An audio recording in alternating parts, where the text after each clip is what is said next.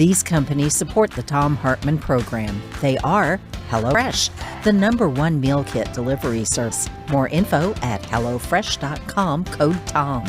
CB Distillery, CBD for sleep and pain relief. More info is available at cbdistillery.com, code TOM. Ground News, a well-rounded perspective for news readers. More info at ground.news/Tom. Angie, for any project on your to-do list. More info at Angie.com. Dinovite, a whole food supplement for pets' immune system. More info at Dinovite.com. And ExpressVPN, the VPN that just works. More information at expressvpn.com/Tom.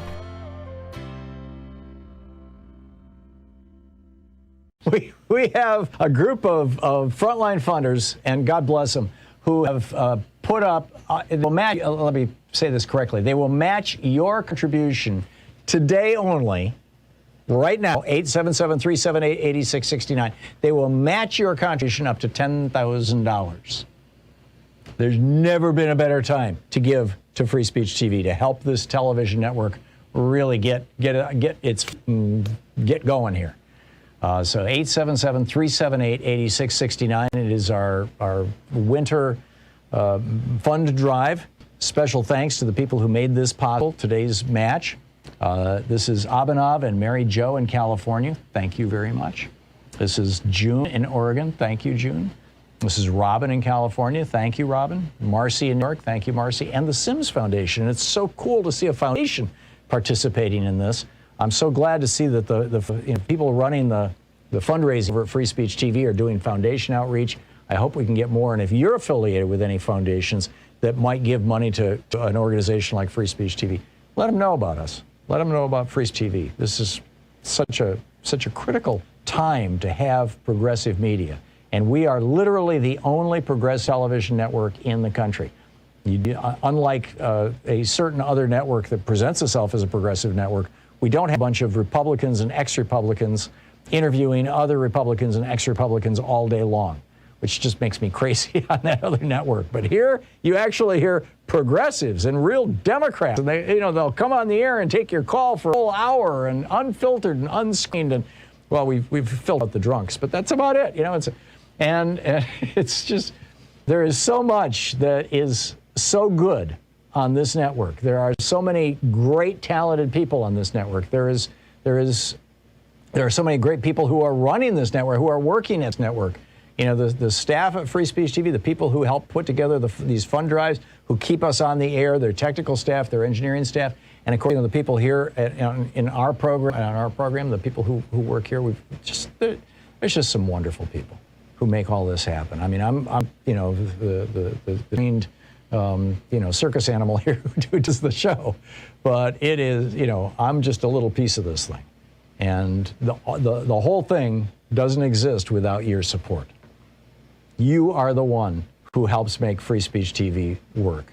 And if you've never contributed to Free Speech TV before, now's the perfect time to call and make your first contribution at 877-378-8669, or go to freespeech.org and make your contribution during our program. They have a bunch of premiums, by the way. There's goodies to encourage you to give, and keep in mind, whatever you give will be doubled by these frontline funders. With a $20 gift, there's the Free Speech TV sticker. You have your choice of the clear kind of window clingy one, the sticky bumper sticker one.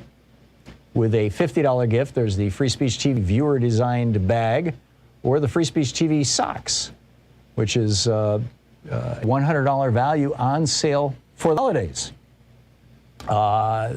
Seriously. The $75 gift, there is the Free Speech TV hat. In each case, you get your choice of one of these things, if I didn't make that clear on the $50 gift or the $20 gift. With a $75 gift, there's a Free Speech TV hat or the Free Speech TV mug. With a $100 gift, you have your choice of the Free Speech TV notebook and pen, or Leonard Moore's new book, Teaching Black History to White People. And there's going to be a special with him on Just Solutions on Friday, December 3rd at 9 p.m., 6 p.m. Pacific time, right here, Free Speech TV. With a $120 gift, you can get an autographed copy of my book, The Hidden History of American Healthcare. Why Sickness Bankrupts You and Makes Others Insanely Rich is the subtitle. Or the Free Speech TV Solidarity T-shirt with a $240 gift. Hang out with us on Zoom. Well, we do periodically, we do these Zoom calls where we try to get typically around, more or less a dozen people together and just talk for a little while about what's going on and what's going on in the world. You can lobby or, make your points and however you'd like, or ask any question you'd like. It's kind of an Ask Tom Anything out. And with a $1,000 gift, you're welcome here to Portland and hang out with us, sit on the couch here in our little studio, and get to meet the talent behind. And I'm not talking about me. The talent behind all this. The folks who make this work, Sean and Nate, and Joyce, Louise. So that's with a $1,000 gift. But the bottom line is, thanks to these extraordinary frontline founders, and Mary Jo in California, June in Oregon, Robin in California, Marcy in New York, and the Sims Foundation, any amount that you give up to $10,000 today will be doubled to Free Speech TV. So this is like a really important day to be calling 877-378-8669 and helping put Free Speech TV on the map. Let's get this network out there. We've got a progressive network. We want America to know about it. So please call now, 877-378-8669, or you can text Free Speech TV, FSTV, to 4-321. We got a big program today. Starting out, I want to get into a deep dive on what the real Republican agenda is.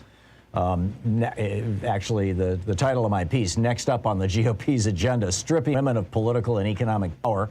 Once they're done with birth control pills, then they're going to be coming for gay marriage and ultimately civil rights laws themselves, including, like in Hungary, the right to assembly, the right to free speech, and the right to due process.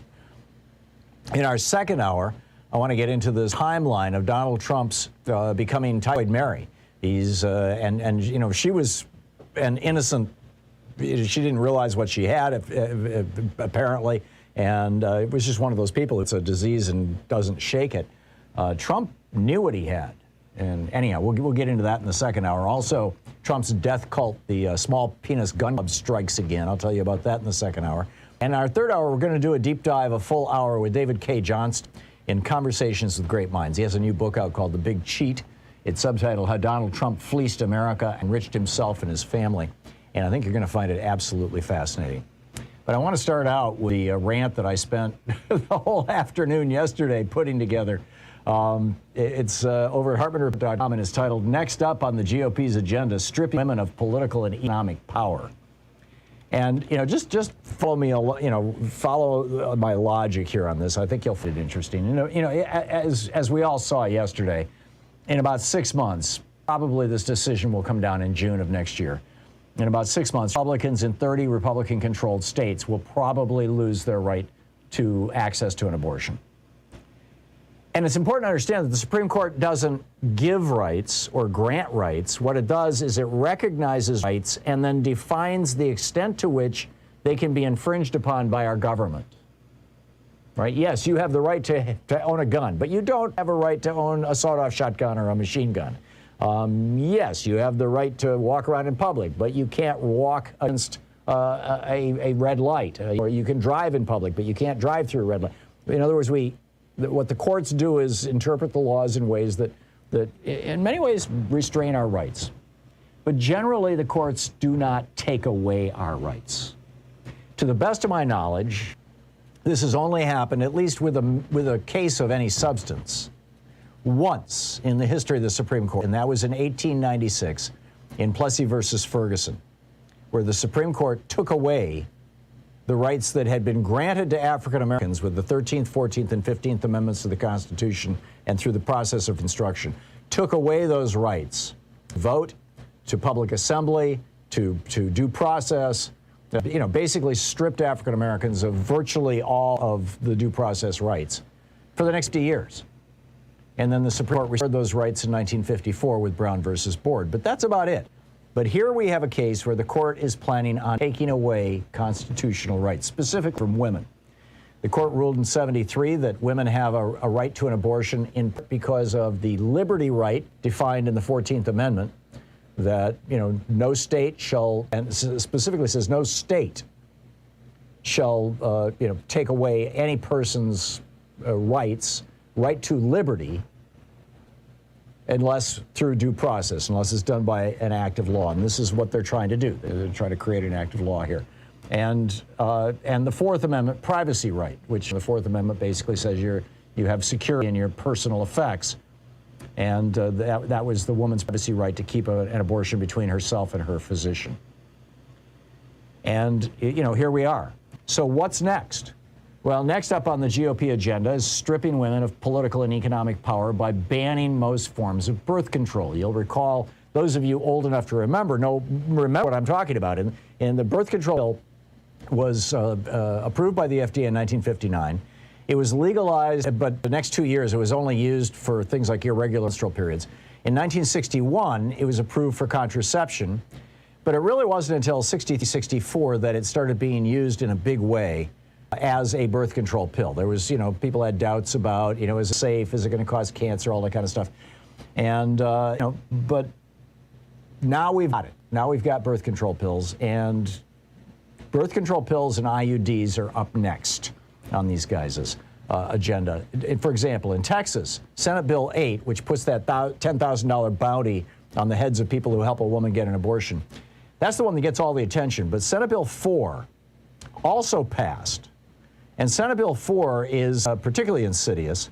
It makes it a crime for a woman to be prescribed any of these abortion-inducing drugs more than 3 weeks after missing a period.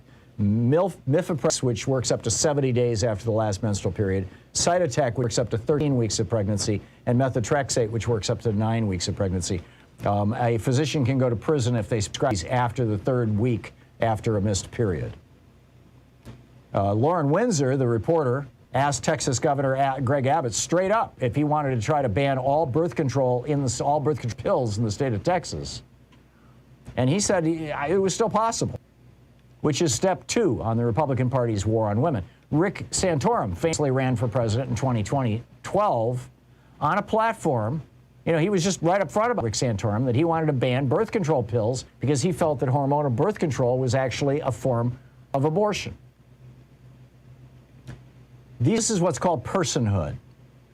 These personhood bills define life as beginning at the moment of fertilization, when the sperm crawls up the fallopian tube and intersects an egg and fertilizes that egg. That, according to these personhood bills that have been introduced in states and at the federal level, none have passed so far. There's a whole bunch of them waiting for Roe v. Wade to get knocked down. They define personhood. They define that fertilized egg as a person.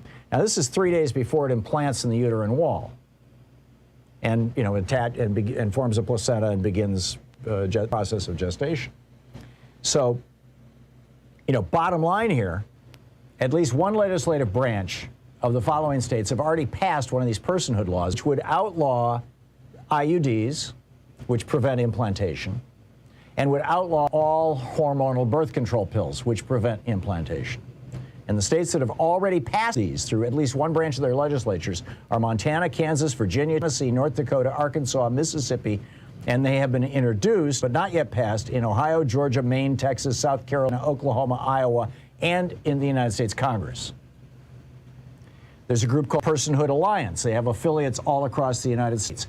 Catholic leaders have signed on with this. Multiple hard-right evangelical groups have signed on, denominations have signed on to this as well. I mean, a long history here of men controlling women and passing laws to the same. At the time of the foundation of this country, when we became a country in 1789, a married woman was not allowed to make out a will. She was not allowed to own land. She could not legally own anything worthy of willing to another person. Any property she brought into a marriage became her husband's at the moment of marriage and would only revert to her if he died and she did not remarry. But even then, she'd have to give 1/3 of it. She'd only get 1/3 of her husband's property. And what that was and how she could use it would be determined by a court-appointed man, a male executor, who would supervise her for the rest of her life or until she remarried. When she dies, or when a widow dies, the executor could either take the property for himself or else decide to whom it would pass. She couldn't leave a will. He has no say in the matter.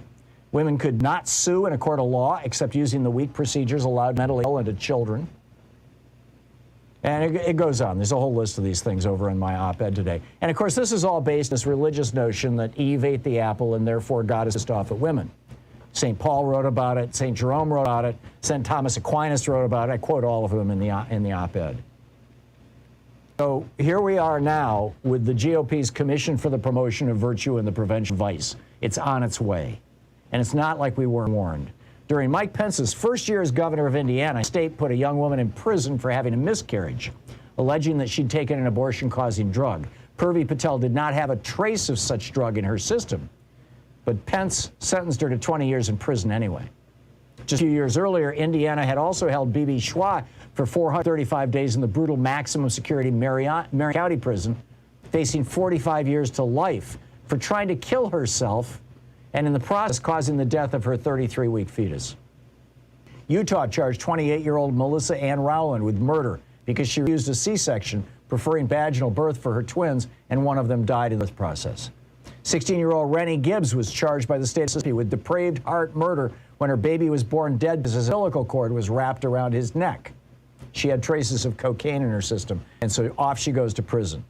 Angela Carter was ordered to have a C-section to deliver her baby before she died of cancer. She and the baby both died from the procedure. These cases have exploded. Cases like this. Duke University's Journal of Health, Politics, Policy, and Law found 413 cases like this between the time Roe v. Wade became law in 2005, and then the Guttmacher Institute found another 308 cases between 2005 and 2014. Georgia just passed a law signed by Governor Brian Kemp, which puts any woman in that state who has a miscarriage at the risk of 30 years in prison or even the death penalty. And other states are in line to do the same. Now, we saw this in Romania, which passed a similar, total abortion ban back in 1966. And 10,000 women died of botched illegal abortions. That's the official number. The actual number is 10 times that. Maternal death was higher than in any other country in Europe by a factor of 10. Poverty among women exploded. When that country was opened to the world in 1989, not even 30 years later, over 170,000 children were found in these brutal orphanages, ignored, emaciated, and handcuffed to cribs. When Governor Mike Pence proudly signed Indiana's abortion restrictions in 2016, that law required that an abortion be buried in a cemetery or cremated and have a ceremony. So women all across Indiana started this periods for Pence thing, letting Mike Pence know when their period began and when it ended, so they wouldn't be busted and have to create a funeral for their menstrual periods. I mean, this is like Saudi Arabia, and this is just the beginning. I've got more, and I will share it with you after the break in about 5 minutes. This, and in fact, where we're going with this goes way beyond women, goes way beyond abortion, and even goes way beyond birth control. And I'll get into that in just a minute. Stick around. It's 18 minutes past the hour here on the Thom Hartmann Program.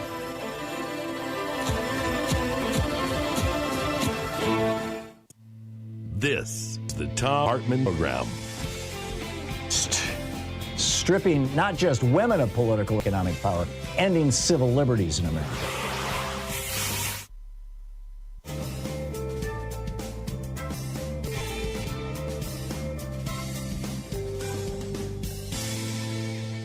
And welcome back. Jill in Madison, Wisconsin. Hey, Jill, what's up?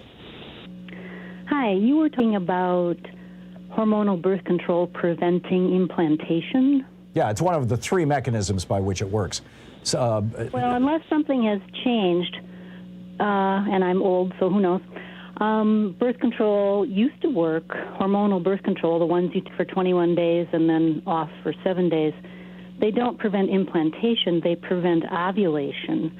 They trick your body into thinking you're already pregnant so that you don't ovulate, so that you can't get pregnant. That is one of the three mechanisms of action of hormonal birth control. It also alters the mucosal lining of the uterus, so if egg gets past that, it can be implanted. And that's the basis of all these personhood laws, is the fact that that's not the way that it works every single time, that hormonal birth control works every single time. In fact, that's probably the minority way that it works. but it does work that way occasionally. That's kind of the backup, as it were. And I'm forgetting the second mechanism. There's a link to the science on all three of those mechanisms in my article, and it's the forbidding of implantation that is how these personhood laws would ban hormonal birth control. Jill, I looked it up. When I wrote this piece yesterday, I looked it up. So you're right, and it's both. Typically, it's preventing ovulation, but not always. Thank you. I think the reason it prevents implantation is probably because when you stop after 21 days, then you get your period. So if anything did implant, it would leave. Yeah, it may be. What I read was that it actually alters the uterus in a way that is essentially hostile to implantation. That it thickens the mucosal lining of the uterus. But I'm not an obgyn, but I did confirm that is. Preventing implantation is one of the three methods that hormonal birth control works by, and that is the basis on which, using these personhood laws, and that this personhood coalition. I mean, go look at their website. They're all over this, right? That they are trying to. They're saying this is an abortion because you have a fertilized egg, added rarely, but you have a fertilized egg that cannot find home in the uterus. And therefore, they're calling that an abortion. Jill, I got to move along, but thank you for the call. Nathan in Rice Lake, Wisconsin. Hey, Nathan, what? Hey, Tom.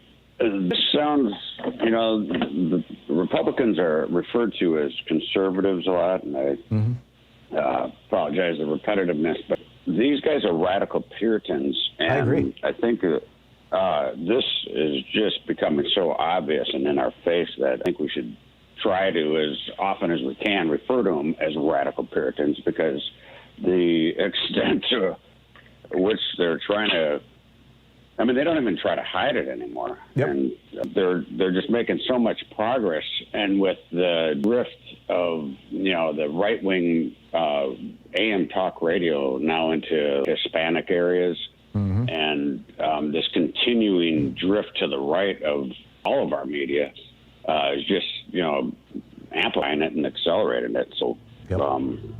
I think the one thing we have to do, the most important thing is we got to get rid of electronic voting machines and go back to hand-counted ballots on paper, and then we can eliminate this whole thing about fraudulent vote. Yeah, that won't stop them. It's a lie to begin with, Nathan, and they will just continue lying. They'll just figure out some new way to lie. Nathan, thank you for the call. Their most recent one is, it's mail-in ballots.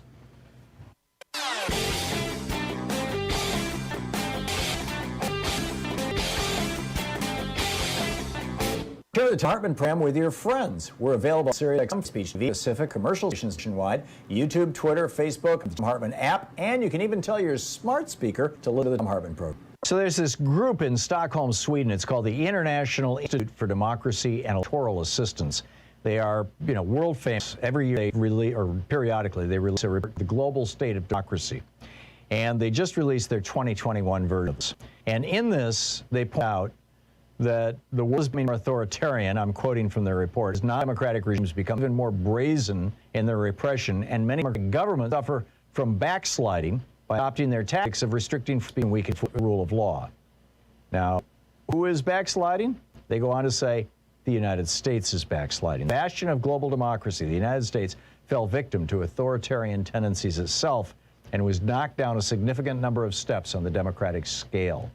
We are a backsliding nation. There's a whole video of it over at Rampage.com. Check it out.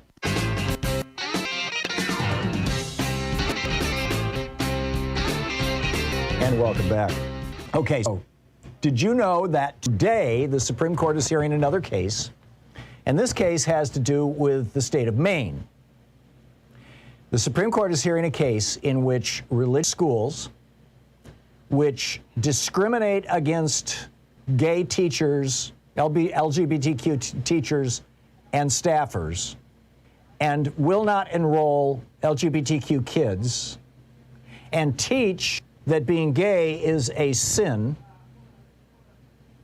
that those schools are now demanding that the state of Maine pay the tuition for the students attending them out of public school money. Now, just think about this. The First Amendment guarantees us freedom of religion, Jefferson referred to it as a wall of separation between church and state. The Supreme Court is hearing a case today that tears down that wall.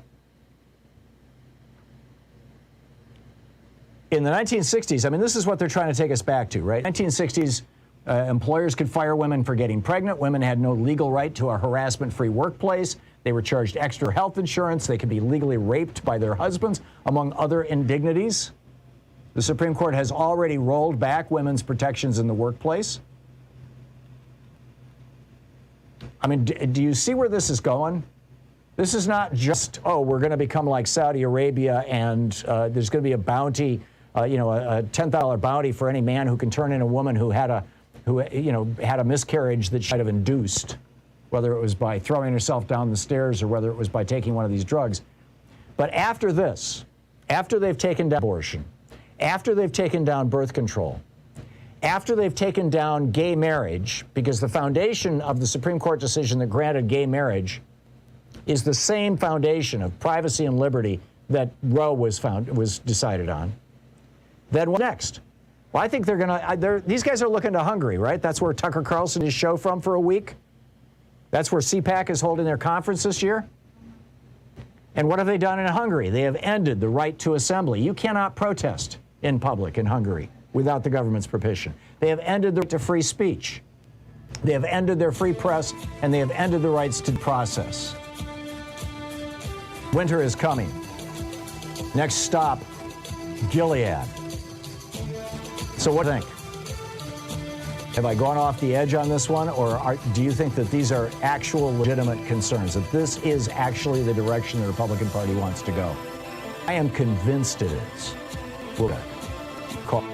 You're listening to Thom Hartmann Program. Call 202-808-9920. Your thoughts on all this. We'll be right back.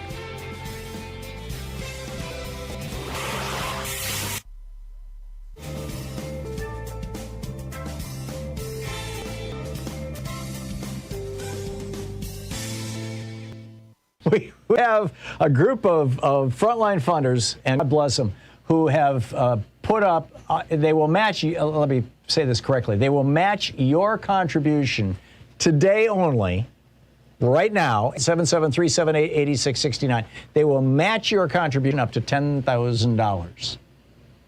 There's never been a better time to give to Free Speech TV, to help this television network really get its feet and get going here. So 877-378-8669. It is our winter fund drive. Special thanks to the people who made this possible, today's match. This is Abhinav and Mary Jo in California. Thank you very much. This is June in Oregon. Thank you, June. This is Robin in California. Thank you, Robin. Marcy in New York. Thank you, Marcy. And the Sims Foundation. And it's so cool to see a foundation participating in this. I'm so glad to see that the people running the fundraising over at Free Speech TV are doing foundation outreach. I hope we can get more. And if you're affiliated with any foundations that might give money to an organization like Free Speech TV, let them know about us. Let them know about Free Speech TV. This is such a critical time to have progressive media. And we are literally the only progressive television network in the country. Unlike a certain other network that presents itself as a progressive network, we don't have a bunch of Republicans and ex-Republicans interviewing other Republicans and ex-Republicans all day long, which just makes me crazy on that other network. But here, you actually hear progressives and real Democrats, and they'll come on the air and take your call for a whole hour, and unfiltered and unscreened, and well, we've figured out drunks, but that's about it. And it's just. There is so much that is so good on this network. There are so many great, talented people in this network. There are many great people who are running this network, who are working at this network. The staff at Free Speech TV, the people who help put together these fund drives, who keep us on the air, their technical staff, their engineering staff, and of course, the people here in our program, the people who work here. There's just some wonderful people who make all this happen. I mean, I'm the trained circus animal here who does the show, but it is I'm just a little piece of this thing, and the whole thing doesn't exist without your support. You are the one who helps make Free Speech TV work, and you've never contributed to Free Speech TV before, now's the perfect time to call, make your first contribution at 877-378-8669, or go to freespeech.org, make your contribution during our program. They have a bunch of premiums, by the way. There's goodies to encourage you to give, and keep in mind, whatever you give will be doubled by these frontline funders. With a $20 gift, there's the Free Speech TV sticker. You have your choice of the clear kind of window clingy one or the bumper sticker one. With a $50 gift, there's the Free Speech TV viewer designed bag or the Free Speech TV socks, which is a $100 value on sale for the holidays. Seriously.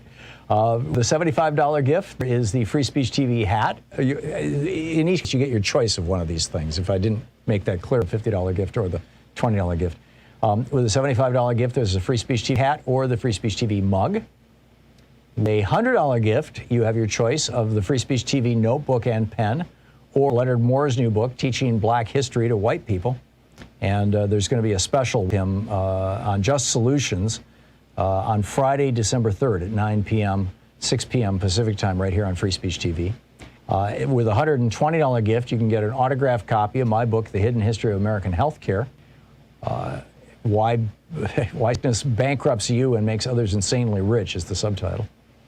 Or the Free Speech TV Solidarity T-shirt. With a $240 gift, hang out with us on Zoom. Well, we do periodically, we do these Zoom calls where we try to get typically around, more or less a dozen people together and just talk for a little while about what's going on and what's going on in the world. You can lie me or, make your points and however you'd like, or ask any question you'd like. It's kind of an Ask Tom Anything hour. And with a $1,000 gift, you're welcome to come here to Portland and hang out with us, sit on the couch here in our little studio, and get to meet the talent behind. And I'm not talking about me, the talent behind all this. The folks who make this work, Sean and Nick, Joyce, Louise. So that's with a $1,000 gift. But the bottom line is, thanks to these extraordinary frontline founders. Abhinav and Mary Jo in California, June in Oregon, Robin in California, Marcy in New York, and the Sim Foundation. Any amount that you give up to $10,000 today will be doubled to Free Speech TV. So this is like a really important day to be calling 877-378-8669 and helping put Free Speech TV on the map. Let's get this network out there. We've got a progressive network. We want America to know about it. So please call now, 877-378-8669, or you can text Free Speech TV, FSTV, to 44-321.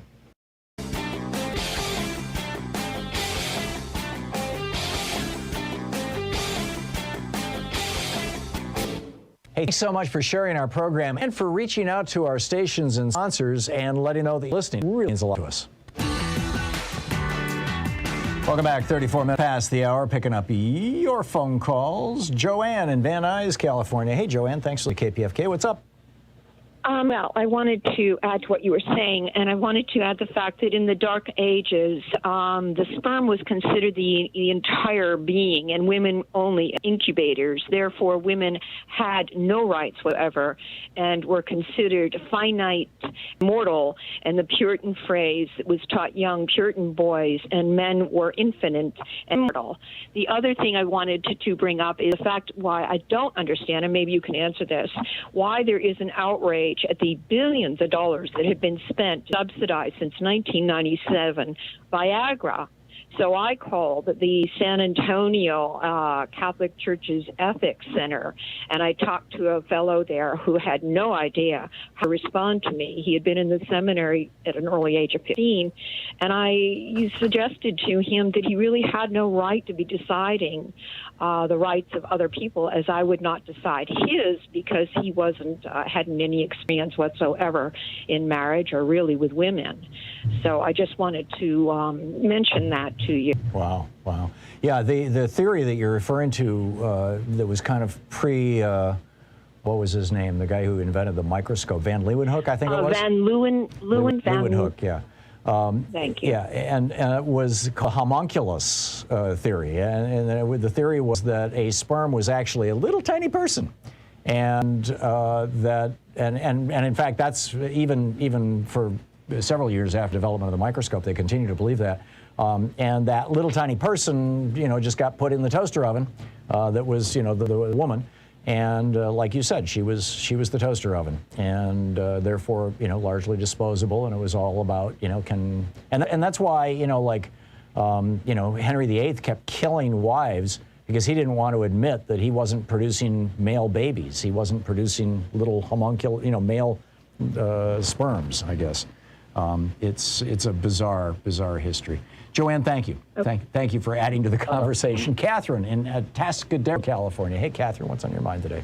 Hey, Tom, I wanted to talk a minute about this miscarriage laws now that they're trying to ram through, especially in Mississippi, you said.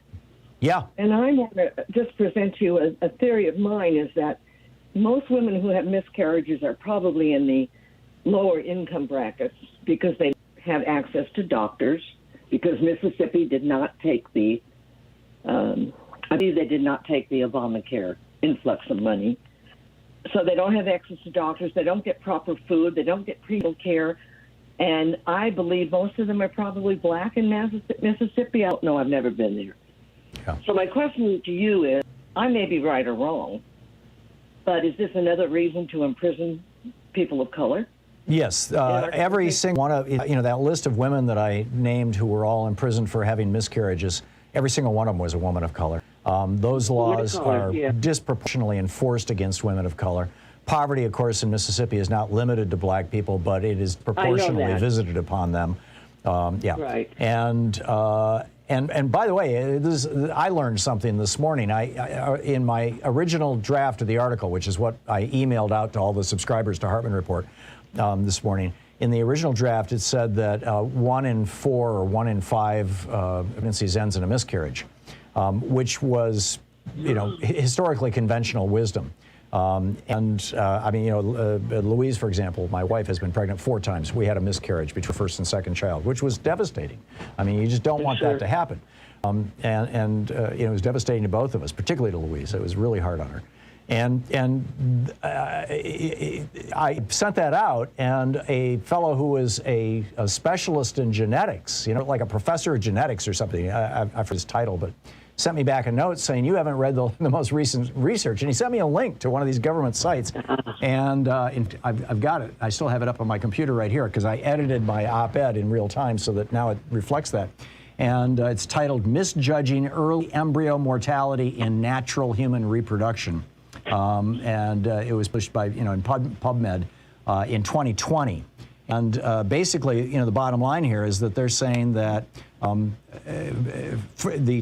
total number of actual miscarriages is between 40 and 60% of all fertilizations. It's just that most of them are so early on that the woman just thinks her period was for 4 or 5 days or even on time, more or less, but typically a little bit late. That was actually a miscarriage and was not identified as such because there wasn't this sense of pregnancy. So it's far more common. In fact, this physician sent me a note. He said, apparently God is the ultimate abortion doctor because creating at least half of all these so-called dead babies. So yeah, Catherine, thank you very much for that. You can find the link, by the way, in my piece at hartmannreport.com in today's piece. Andrea in Reno, Nevada. Hey, Andrea, what's on your mind? Hi, Tom, you're reading your crystal ball about what you think is going to be happening in the near future with the conservatives on the U.S. Supreme Court. Based on what they're saying. Yes. Yeah. Pardon me. Yeah. And from time to time, you have referred to the Supreme Court as kings and queens, haven't you? Yes. I have in the past.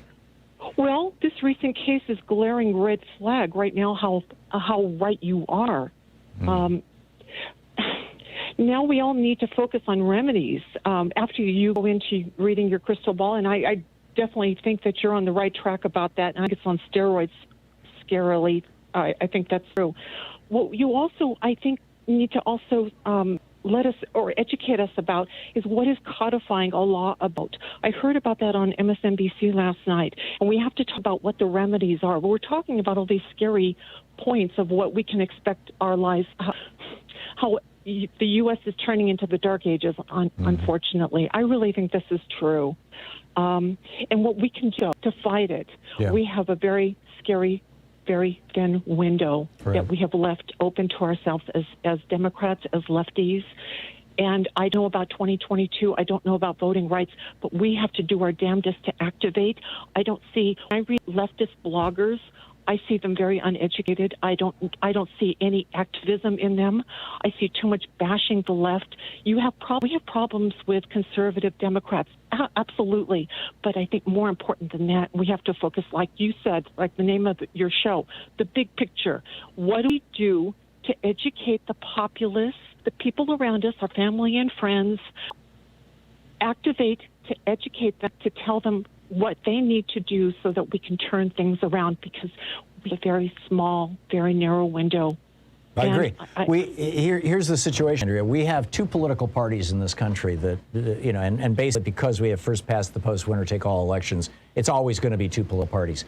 Right now, one of those political parties, the Democratic Party, is committed to democracy, to the idea that the will of the people is what should be turned into law. If the majority of the people want something that is, doesn't violate people's constitutional rights, then, for example, the majority of the people want Medicare expanded. That should happen, right? That idea. We've got another political party, the Republican Party, that has ingratiated itself to the hard Christian right, the fundamentalist Christian right, that is not a fan of liberty, that wants theocracy.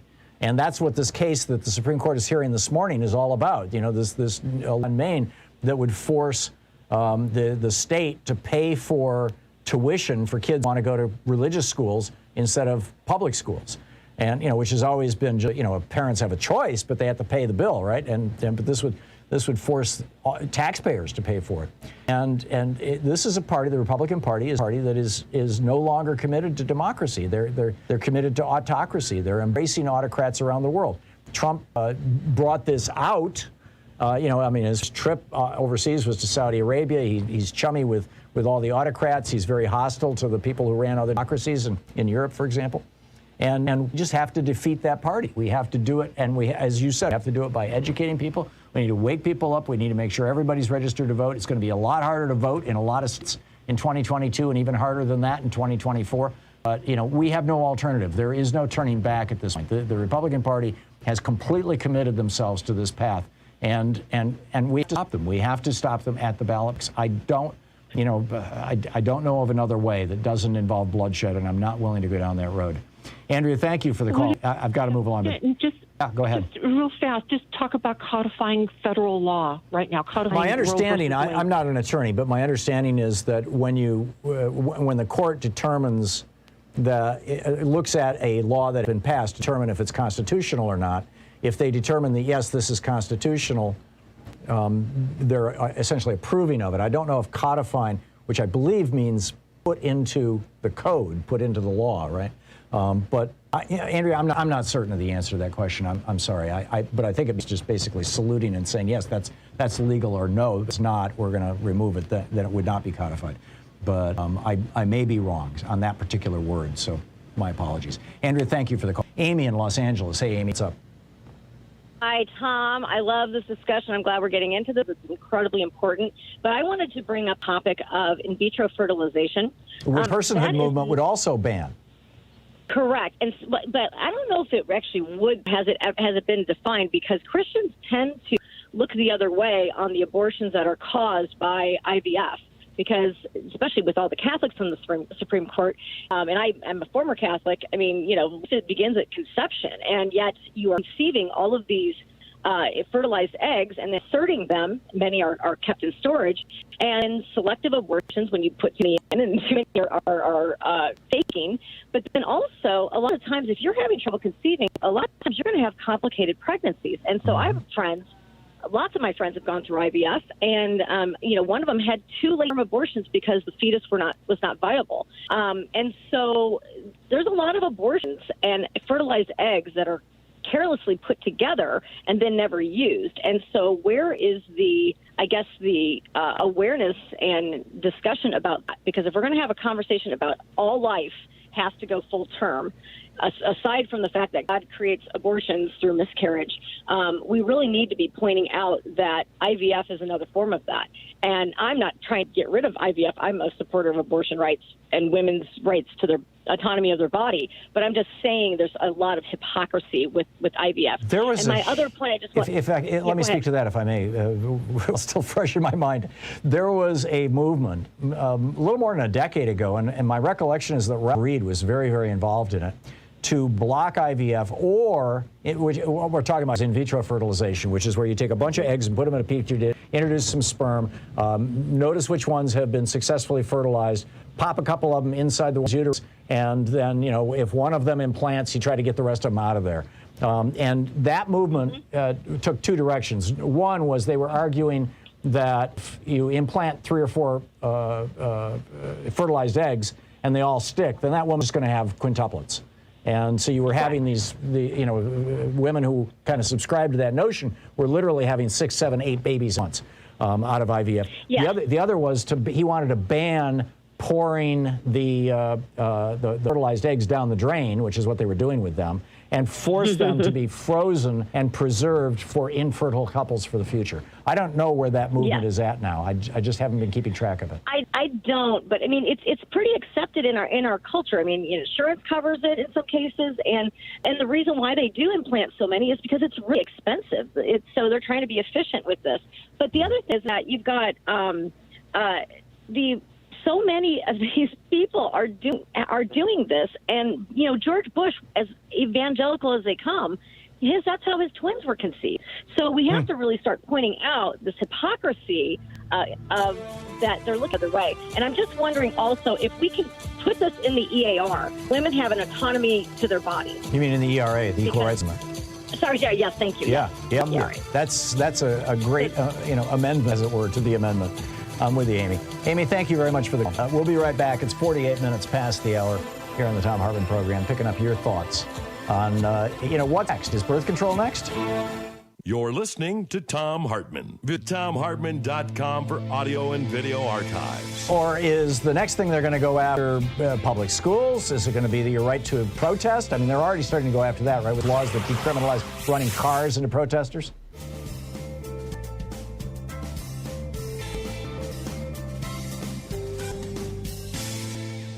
And well back.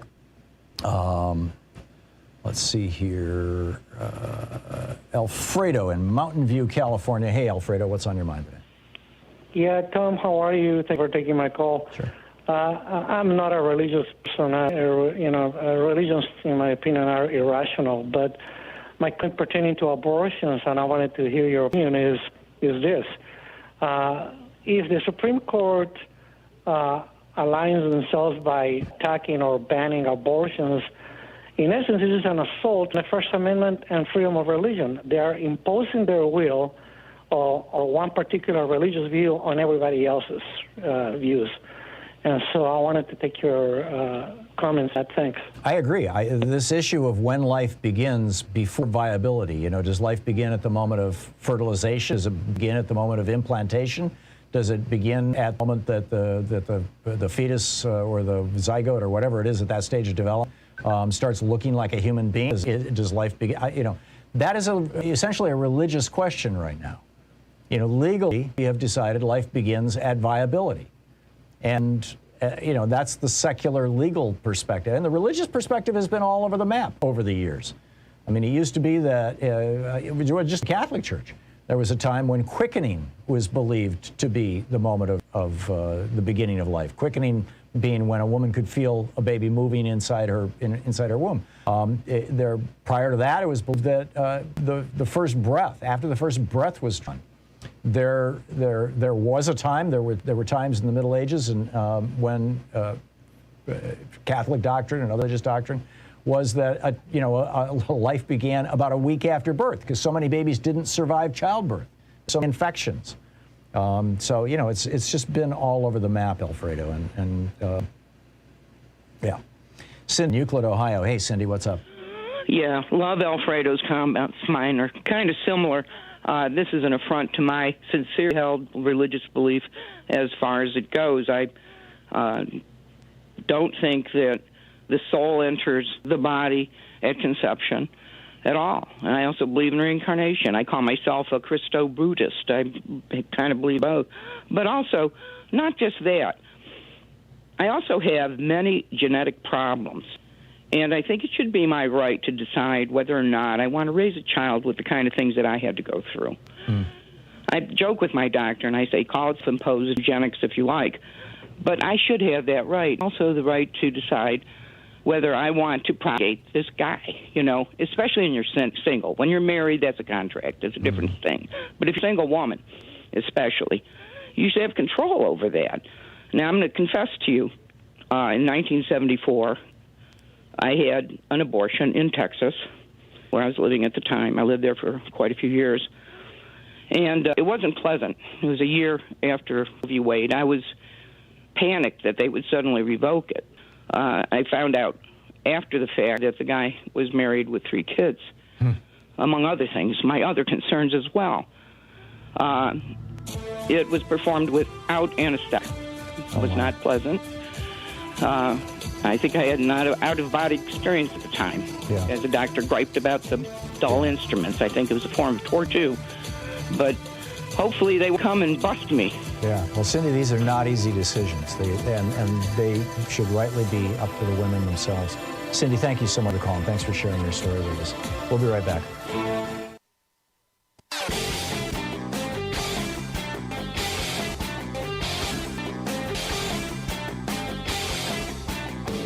Missed my opening rant today? It's usually published over at HartmannReport.com, where you can read it and share it with your friends for free. Check it out, HartmannReport.com.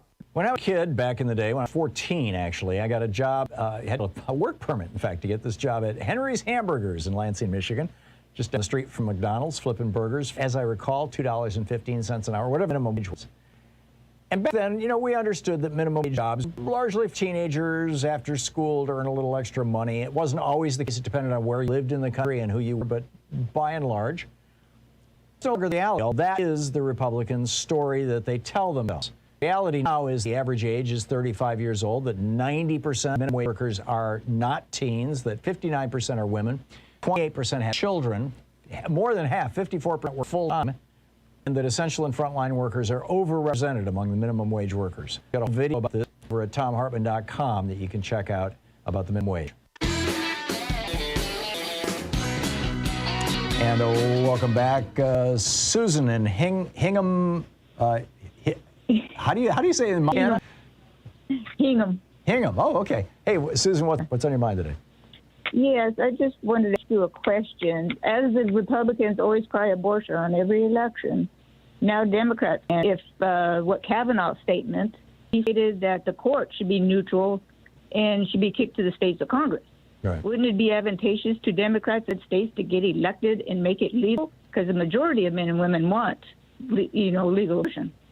Which raises an interesting question, Susan. I wonder if Judge Kavanaugh also thinks that the Supreme Court should be neutral about, whether or not, for example, black people should be allowed to vote. Or women should be. Well, I guess women, you could argue those things are in the Constitution explicitly. But I'm trying to think here of other things where the court has taken on. I'll have to ponder this one for a little bit. But yeah, I think that that's what's going to happen. And I riffed about this a little bit yesterday. I think that I believe, time will tell, of course, that after this decision, you're going to have 20 or 30 states where it's going to be illegal or very, very difficult to get an abortion. And the consequence of that is going to be Democrats are going to start using this as a wedge issue after Republicans have been doing it for 50 years. Yeah, I think Elizabeth Warren yesterday on MSNBC was kind of hinting at that. Mm-hmm. Yeah. So. I'm with you. Thank you very much for the call. Nick in Huntington, West Virginia. Hey, Nick. Hey, Tom. What I'd like to say is, can't we get a smart Solicitor General to go after the automatic guns the way that they got this in the Supreme Court? Are you referencing the school shooting in Michigan? Well, I'm referencing how they got the solicitor in Mississippi went a roundabout way of getting this to the Supreme Court, the viability. I see. The automatic weapon issue. Right. And you know what I mean? Yeah, in other words, yeah. Right. The problem is the court. Yesterday. The problem, Nick, is the court. It would be possible, and in fact, there are numerous cases that are probably, pending before the court, or could be pending before the court, that would limit, for example, semi-automatic weapons. But if they get before this court is going to say, hey, all good, we're with the NRA. They help pay for us to be here. So, but I get what you're saying. It's sort of a, what's good for the goose is good for the gander. Can we use the same strategy they used? Yes, we can, but only when we've got the court that's going to follow through. Was the challenge that we have. These guys packed this court. And can you imagine if Hillary Clinton had gotten elected president in 2016 instead of Donald Trump? If have 3 liberals on the court right now. You're listening to Thom Hartmann.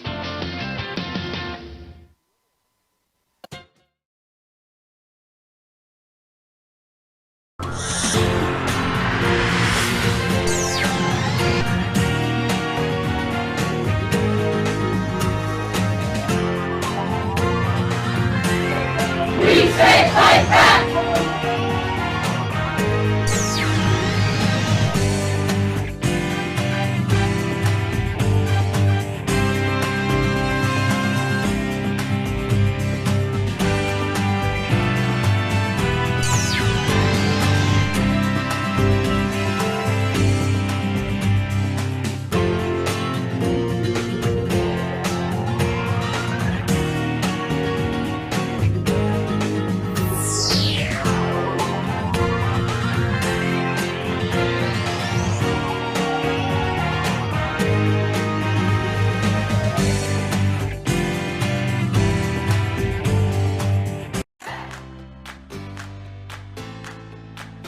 These companies support the Thom Hartmann Program. They are HelloFresh, the #1 meal kit delivery service. More info at hellofresh.com, code TOM. CB Distillery, CBD for sleep and pain relief. More info is available at cbdistillery.com, code TOM. Ground News, a well-rounded perspective for newsreaders. More info at ground.news/Tom. Angie, for any project on your to-do list. More info at Angie.com. Dinovite, a whole food supplement for your pet's immune system. More info at Dinovite.com.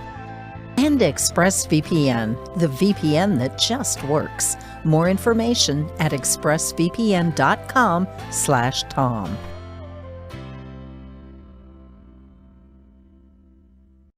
We have a group of frontline funders, and God bless them, who have put up, they will match, let me say this correctly, they will match your contribution today only, right now, 877-378-8669. They will match your contribution up to $10,000. There's never been a better time to give to Free Speech TV, to help this television network really get its feet and get going here. So 877-378-8669. It is our winter fund drive. Special thanks to the people who made this possible, today's match. This is Abhinav and Mary Jo in California. Thank you very much. This is June in Oregon. Thank you, June. This is Robin in California. Thank you, Robin. Marcy in New York. Thank you, Marcy. And the Sims Foundation. It's so cool to see a foundation participating in this. I'm so glad to see that the people running the fundraising over at Free Speech TV are doing foundation outreach. I hope we can get more. And if you're affiliated with any foundations that might give money to an organization like Free Speech TV, let them know about us. Let them know about Free Speech TV. This is such a critical time to have progressive media. And we are literally the only progressive television network in the country. Unlike a certain other network that presents itself as a progressive network, we don't have a bunch of Republicans and ex-Republicans interviewing other Republicans and ex-Republicans all day long, which just makes me crazy on that other network. But here, you actually hear progressives and real Democrats, and they'll come on the air and take your call for a whole hour, and unfiltered and unscreened, and well, we filter out the drunks, but that's about it. And it's just, there is so much that is so good on this network. There are so many great, talented people on this network. There is There are so many great people who are running this network, who are working at this network.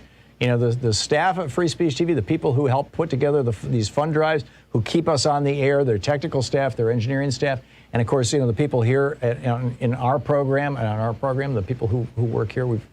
There's just some wonderful people who make all this happen. I mean, I'm you know, the trained you know, circus animal here who does the show, but it is, you know, I'm just a little piece of this thing, and the whole thing doesn't exist without your support. You are the one who helps make Free Speech TV work. And if you've never contributed to Free Speech TV before, now's the perfect time to call and make your first contribution at 877-378-8669 or go to freespeech.org and make your contribution during our program. They have a bunch of premiums, by the way. There's, you know, goodies to encourage you to give, and keep in mind whatever you give will be doubled by these frontline funders. With a $20 gift, there's the Free Speech TV sticker. You have your choice of the clear kind of window clingy one or the sticky bumper sticker one. With a $50 gift, there's the Free Speech TV viewer designed bag or the Free Speech TV socks, which is a $100 value on sale for the holidays. Seriously. With a $75 gift, there is the Free Speech TV hat. In each case, you get your choice of one of these things, if I didn't make that clear on the $50 gift or the $20 gift. With a $75 gift, there's a Free Speech TV hat or the Free Speech TV mug. With a $100 gift, you have your choice of the Free Speech TV notebook and pen, or Leonard Moore's new book, Teaching Black History to White People. And there's going to be a special with him on Just Solutions on Friday, December 3rd at 9 p.m., 6 p.m. Pacific time, right here on Free Speech TV. With a $120 gift, you can get an autographed copy of my book, The Hidden History of American Healthcare. Why Sickness Bankrupts You and Makes Others Insanely Rich is the subtitle. Or the Free Speech TV Solidarity T-shirt. With a $240 gift, hang out with us on Zoom. Well, you know, we do these Zoom calls where we try to get typically around, you know, more or less a dozen people together and just talk for you know, a little while about what's going on in the world. You can lobby me or, you know, make your points and however you'd like, or ask any question you'd like. You know, it's kind of an Ask Tom Anything hour. And with a $1,000 gift, you're welcome to come here to Portland and hang out with us, sit on the couch here in our little studio, and, you know, get to meet the talent behind, and I'm not talking about me, the talent behind all this, you know, the folks who make this work, Sean and Nate and Joyce, Louise. So that's with a $1,000 gift. But the bottom line is, thanks to these extraordinary frontline founders, Abhinav and Mary Jo in California, June in Oregon, Robin in California, Marcy in New York, and the Sims Foundation, any amount that you give up to $10,000 today will be doubled to Free Speech TV. So this is like a really important day to be calling 877-378-8669 and helping put Free Speech TV on the map. Let's get this network out there. We've got a progressive network. We want America to know about it. So please call now, 877-378-8669, or you can text Free Speech TV, FSTV, to 44-321. He didn't have long to live unless he changed his diet. 31-Day Food Revolution by Ocean Robbins.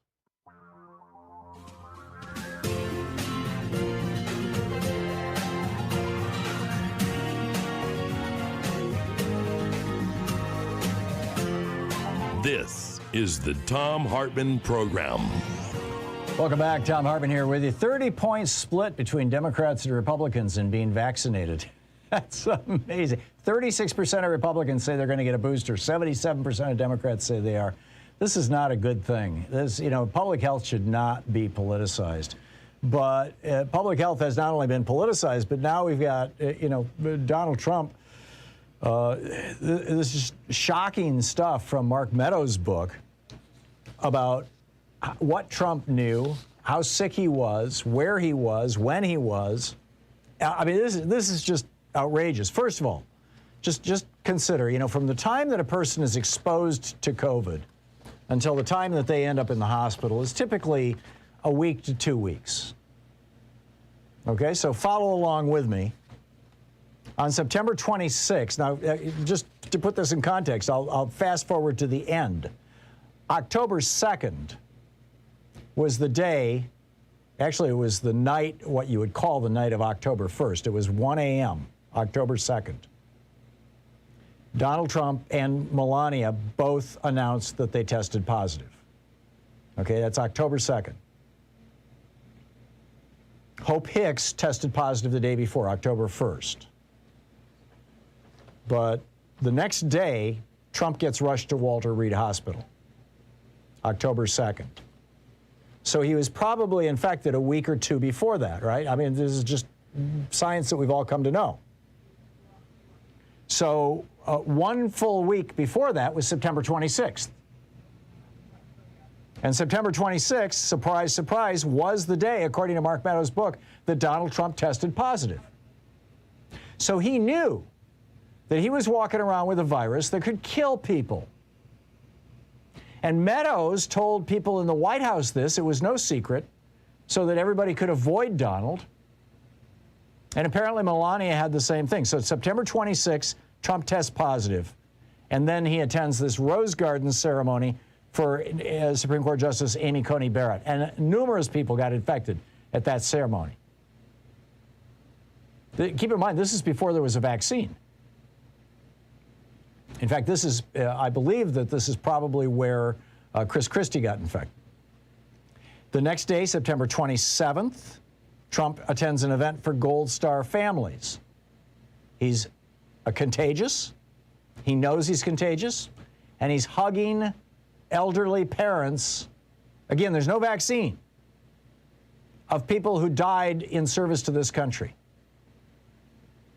Now, I have heard people say over the years, including, Dr. Justin Frank, the professor of psychiatry at George Washington University Hospital, or George Washington University in D.C., who have said that Trump is not just a narcissist, he is destructive. He likes to destroy things. Is he trying to destroy the lives of these people? As he was hugging these elderly parents, was he thinking in his mind, I wonder how many of them are going to croak? Or if I'm going to go, they're going to go with me. Is that how a psychopath thinks? I don't know. I mean, that's how they think in Stephen King novels. Anyhow, that was October 27th. He infected Gold Star families. On September 28th, the CEO of Lordstown Motors visits the White House, and Trump holds a press briefing with former VP Mike Pence to announce that they're going to distribute COVID testing kits. September 29th. Now we're 5 days out from his testing positive. He's well infected. At this point, he's got to be spreading virus around like nobody's business and probably knows it. September 29, he shares the stage with Joe Biden, 77-year-old Joe Biden.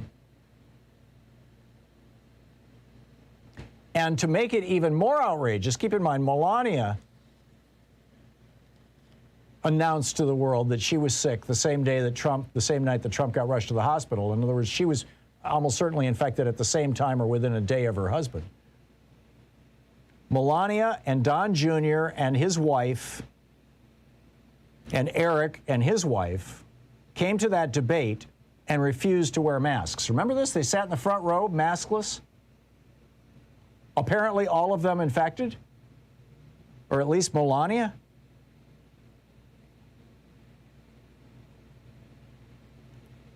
It's breathtaking. The debate was in part organized by the Cleveland Clinic. They did all the health stuff. And so a physician from the Cleveland Clinic walked up to the Trump family, who were all sitting there with their smug little smiles and no masks, as everybody else when you came into the hall for the debate, the posters said you must wear a mask at all times. And they're all sitting there without a mask at all, with these bleep-eating grins on their faces. And this doctor walks up and says, here's some free masks if you would like to put them on. And Melania and Don and Eric and what's her name are all like, nah, no thanks. We don't need them. I don't know if Jared was there, if it was just Ivanka. I'm guessing they were both there. You'd have to go back and look, but this is insane. Okay, so that's September 29th. Then the next day, Trump goes to Duluth, Minnesota, and holds a rally and a private fundraiser. Again, there's no vaccine at this point in time. And he's meeting with people. He's infected, and apparently, and he's meeting with people, some of whom tested positive afterwards. And then on October 1st, we're now 6 days from his testing positive.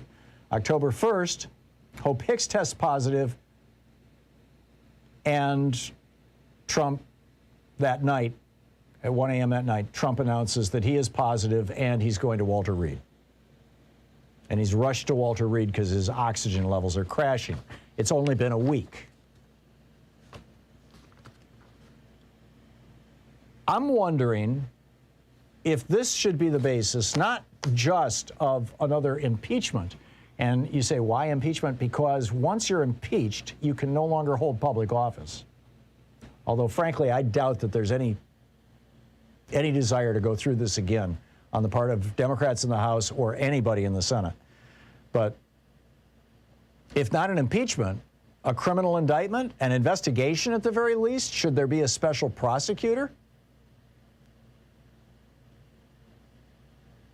And if there is, as we're looking at the end of September, early October of last year, and Trump, doing his Typhoid Mary routine, assuming that that's what happened, and like I said, somebody needs to look into this,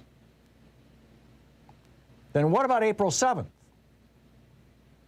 When the Trump administration, April 7th of last year, when the Trump administration, after the headlines in the newspapers all said black people are dying disproportionate to white people, this disease only appears to be killing white people who are like over 90. It's mostly killing black people. At that point, the Trump administration said, hey, and this, Vanity Fair documented this. Kushner and Trump and some of these guys, they had this meeting in the White House. Hey, it looks like it's mostly in blue states. We can use this to our advantage. It's New York, it's New Jersey, it's Connecticut, it's Washington State. These are all blue states. And it's mostly killing black people in these states. And that was the point at which Trump went from, oh my God, we got to do something about this virus and prevent it from infecting more Americans, to, hey, let's party, open the economy, spend money, go to work. Executive order to force black and brown workers back into meatpacking plants. Remember that? It was the only time he used the Defense Production Act. He could have used it to make products, to make PPE or make masks and things like that. But no.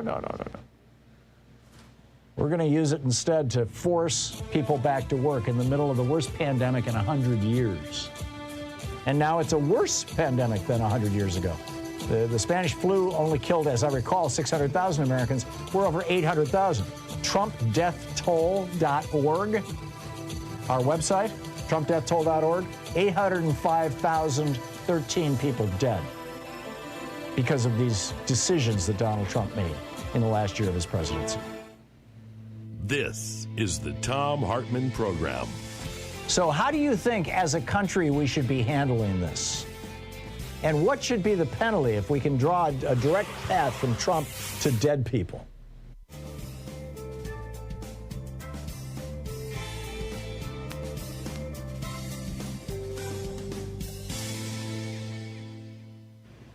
And welcome back.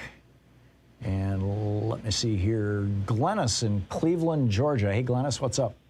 I have a couple of things I'd like to comment about, if that's all right. Go for it. First of all, I've been a minister for 47 years, so you'll understand, hopefully, where I'm coming from. First of all, please, please, please, we have got to stop calling the pro-life people pro-life when they are not. They are strictly pro-birth, because once that child's born, they don't give two hoots what happens to them, or else they'd stop voting for Republicans that take all the help away. Number two, like I say, I've been a minister for so many years, and I have never been so frustrated and upset as I have been in the last 5 years. Well, actually longer than that, but really the last 5 years, of what the church is doing, of how these so-called prophets, which of course are false ones, and these pastors and evangelicals, are so leading their congregation astray. And, you know, it's like... I just don't understand how these people can be so deceived. But what it really has boiled down to is, from the pulpit to the politics, we have a bunch of clowns entertaining the goats. Yeah. It's unfortunate, Glennis, because, you know, the realm of religion is the realm of faith. It's the realm of belief in things unseen. And so it is more vulnerable, I think, than most other realms to charlatans and hucksters and hustlers and grifters. Oh, yeah. And that's what we're seeing. I mean, Jerry Falwell and these guys, the moral majority, and sadly, Billy Graham's son. Don't even go. I'll get on my soapbox. Yeah. I mean, it's and then Jim and Tammy Faye and all this stuff. I mean, it's like, yes, I've been around for all of them, and that's why I've never watched any of them on television. Yeah. You know, I hear about what they're saying that's just totally unscriptural. Yeah. You know, but these are the same kind of people that for every time in the Bible that Jesus confronted real evil, he confronted these are what I call the Christian Taliban, the Pharisees, Sadducees, hypocrites, and Judaizers of this day and time. He had confronted them 6 to 8 times for every time he confronted real evil. And this is kind of what we're up against today. And I do my best to fight it. Like most of the kids, because I do children's ministry, most of the kids that I've worked with for quite some time have now become of voting age, a good many of them for the 2020 election, and I'm so happy they voted Democrat, because I've taught them to read out of the Bible and not into it, and not to, just take other people's word for what it says, to go find out and study, and then follow the 2 commandments he gave us, which is to love him with all our heart, soul, mind, and strength, and love our neighbor as ourselves. Yeah, that I think is the sum and essence of functional religion. It's anything ever. I'm just so tired of these people taking my God's name and slapping it on their crimes, evils, and lawlessness. And I pray every one of them is brought to justice and accountability here and now. And like you said, where they can never hold public office again. Yeah, I'm with you, Glennis. Thank you. Thank you. Yeah, good Bye-bye. talking with you. This is, and not only that, now we've got at least one person on the Supreme Court who actually grew up in one of these bizarre Christian cults. The People of Praise cult, where the woman is called to serve her husband. And anyway, 19 minutes past the hour. We'll be back with, I've got this story out of Michigan I want to share with you, and then I'll pick up your phone calls. We'll be right back. Stick with me.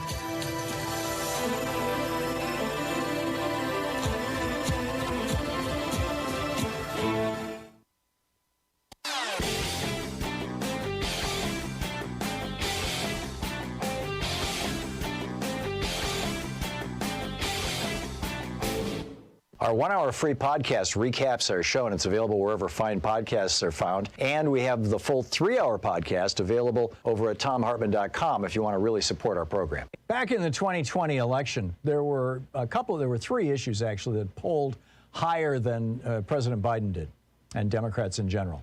And one of those issues was the legalization of marijuana nationwide, not just the decriminalization, but the legalization. Doing away with marijuana on the schedule of narcotics, making it so that marijuana pharmacies and dispensaries could bank with a normal bank, all that kind of thing. This was so popular that a Republican now is getting ahead of this. Democrats, we are falling behind, right? This was more popular than Joe Biden. Democrats need to jump on this. Representative Nancy Mace, a Republican from South Carolina, has just introduced the States Reform Act, which repeals federal prohibition of marijuana, expunges federal nonviolent marijuana crimes, and promotes local ownership.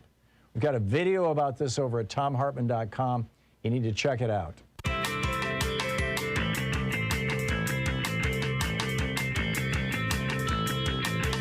Welcome back. Thom Hartmann here with you. And I wanted to flag one other thing for you, kind of along the lines of how insane this all is and these people are.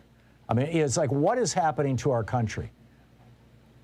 It turns out that this 15-year-old kid who shot up this school in Oakland County, Michigan, a couple of days ago, murdered 4 of his peers and injured, severely injured, I believe, another 7 of them. His name is Ethan Crumbley. And there's a little background here. His mother, 43-year-old Jennifer Crumbley, back in 2016, posted an open letter on her blog to Donald Trump. Now, November 2016, that's like, election month in 2016. And she says, she writes about her letter, "You made the famous grab them in the P-word comment.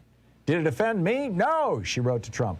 "I say things all the time that people take the wrong way. Do I mean them? Not always. Do I agree with you that you should have shown your tax returns? No, I don't care what you do, or maybe you don't pay taxes. I think those are personal. And if the government can lock someone up over $10,000 of unpaid taxes and you slipped by, then that shows the corruption," she writes. And then she goes on to say, and this is where it gets really bizarre. She says, "As a female and a realtor, thank you for allowing my right to bear arms, allowing me to be protected if I show a home to someone with bad intentions. Thank you for respecting that amendment." Realtors have been able to get concealed carry permits forever. This has nothing to do with Donald Trump. But then she signs the letter. "A hardworking, middle-class, law-abiding citizen who is sick of getting effed in the," word for the rear end, "and would rather be grabbed by the P-word." Really? This is the mother of the kid who murdered 4 people this week? They're talking about the possibility of indicting these parents. Dad bought the gun on Black Friday. And how did the kid get the gun? If we don't start holding parents to account, particularly when their kids are using the parents' guns, it's illegal to leave guns around where kids can access them. It's got to be illegal in most all states. And we're not going to have any kind of reasonable gun control in this country until we start, or gun control. I shouldn't even use those words, right? We're not going to have any reasonable gun safety. We're not going to have any reasonable gun ownership and usage until we start holding people accountable when they damage us that way. When they violate the basic norms of society. So, anyhow, picking up your phone calls. Angela in New York City. Hey, Angela, what's up? Hey, Tom. Long time no speak. I used to call your show a lot during the Trump years. I just wanted to ask something very quickly. You said earlier, I just now heard you say, what is going on in this country? And I've taken now almost a year off from news, from Twitter, from everything, because I just ran out of steam. And what I wanted to say was, it's not getting any better. It's getting worse. Yep. I used to think that the more things that were taken away from people on the left, that something would happen and people would fight back. I'm not seeing that, and that scares me. And the other thing that bothers me, and still bothers me, and bothered me for 4 years of that abominable presidency, is that we are not organized. The right is organized. I can't go on any channel. Every other channel happens to be a right-wing channel. They are everywhere. They're at the radio stations. They're everywhere. Where are we? And when are we going to wake up and realize that we are headed in? We are in the dark ages. We're not headed there. We're there. Yeah. Here's the problem, Angela, in a nutshell. The right wing not only likes bigotry and hates black people and wants to keep women down and all that kind of stuff, but they also want to keep taxes low on rich people, and they want to keep businesses deregulated and further deregulate businesses so they can make more profit by basically poisoning the planet. Those companies that benefit from those policies, those Republican policies, and those billionaires who benefit from those Republican policies, keep in mind, we didn't even have billionaires before before George W. Bush's administration. They're the ones who are supporting this. They're the ones who are creating these television and radio networks. They're the ones who are funding all this stuff. There is no similar group of billionaires on the left who benefit from the policies of the left. Yeah, you're absolutely right. It always comes down to the money, doesn't it? It does. It does. And this but the thing is, that's why we need the people to look at this, and we need to be the ones to control what's going on, and people are not doing it. I agree. And this is why we need to overturn Citizens United, Angela, because that's when it was legalized that these billionaires and these corporations could own our political system. And that needs to be overturned immediately. Angela, thank you for the call. We'll be back. It's 27 minutes past the hour. You're listening to the Thom Hartmann Program. Call 202-808-9925. Back with your phone calls on the other side of this break. Stick around.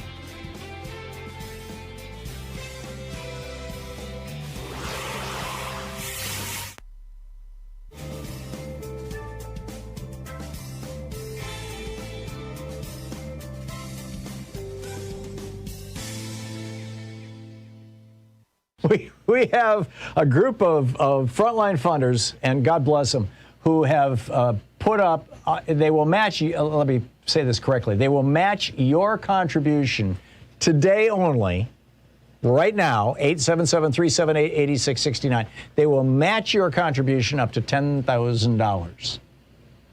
There's never been a better time to give to Free Speech TV, to help this television network really get its feet and get going here. So 877-378-8669. It is our winter fund drive. Special thanks to the people who made this possible, today's match. This is Abhinav and Mary Jo in California. Thank you very much. This is June in Oregon. Thank you, June. This is Robin in California. Thank you, Robin. Marcy in New York. Thank you, Marcy. And the Sims Foundation. It's so cool to see a foundation participating in this. I'm so glad to see that the people running the fundraising over at Free Speech TV are doing foundation outreach. I hope we can get more. And if you're affiliated with any foundations that might give money to an organization like Free Speech TV, let them know about us. Let them know about Free Speech TV. This is such a critical time to have progressive media. And we are literally the only progressive television network in the country. Unlike a certain other network that presents itself as a progressive network, we don't have a bunch of Republicans and ex-Republicans interviewing other Republicans and ex-Republicans all day long, which just makes me crazy on that other network. But here, you actually hear progressives and real Democrats, and they'll come on the air and take your call for a whole hour, and unfiltered and unscreened, and well, we filter out the drunks, but that's about it. It's just, there is so much that is so good on this network. There are so many great, talented people on this network. There are so many great people who are running this network, who are working at this network. The staff at Free Speech TV, the people who help put together these fund drives, who keep us on the air, their technical staff, their engineering staff, and of course, the people here in our program, the people who work here. There's just some wonderful people who make all this happen. I mean, I'm the trained circus animal here who does the show, but it is I'm just a little piece of this thing, and the whole thing doesn't exist without your support. You are the one who helps make Free Speech TV work. And if you've never contributed to Free Speech TV before, now's the perfect time to call and make your first contribution at 877-378-8669, or go to freespeech.org and make your contribution during our program. They have a bunch of premiums, by the way. There's goodies to encourage you to give, and keep in mind whatever you give will be doubled by these frontline funders. With a $20 gift, there's the Free Speech TV sticker. You have your choice of the clear kind of window clingy one, or the sticky bumper sticker one. With a $50 gift, there's the Free Speech TV viewer designed bag, or the Free Speech TV socks, which is a $100 value on sale for the holidays. Seriously. With a $75 gift, there is the Free Speech TV hat. In each case, you get your choice of one of these things, if I didn't make that clear on the $50 gift or the $20 gift. With a $75 gift, there's a Free Speech TV hat or the Free Speech TV mug. With a $100 gift, you have your choice of the Free Speech TV notebook and pen, or Leonard Moore's new book, Teaching Black History to White People. And there's going to be a special with him on Just Solutions on Friday, December 3rd at 9 p.m., 6 p.m. Pacific time, right here on Free Speech TV. With a $120 gift, you can get an autographed copy of my book, The Hidden History of American Healthcare. Why Sickness Bankrupts You and Makes Others Insanely Rich is the subtitle. Or the Free Speech TV Solidarity T-shirt. With a $240 gift, hang out with us on Zoom. Well, we do periodically, we do these Zoom calls where we try to get typically around, more or less a dozen people together and just talk for a little while about what's going on and what's going on in the world. You can lobby me or, make your points and however you'd like, or ask any question you'd like. It's kind of an Ask Tom Anything hour. And with a $1,000 gift, you're welcome to come here to Portland and hang out with us, sit on the couch here in our little studio, and get to meet the talent behind. And I'm not talking about me, the talent behind all this. The folks who make this work, Sean and Nate, and Joyce, Louise. So that's with a $1,000 gift. But the bottom line is, thanks to these extraordinary frontline founders. Abhinav and Mary Jo in California, June in Oregon, Robin in California, Marcy in New York, and the Sims Foundation. Any amount that you give up to $10,000 today will be doubled to Free Speech TV. So this is like a really important day to be calling 877-378-8669 and helping put Free Speech TV on the map. Let's get this network out there. We've got a progressive network. We want America to know about it. So please call now, 877-378-8669, or you can text Free Speech TV, FSTV, to 44-321.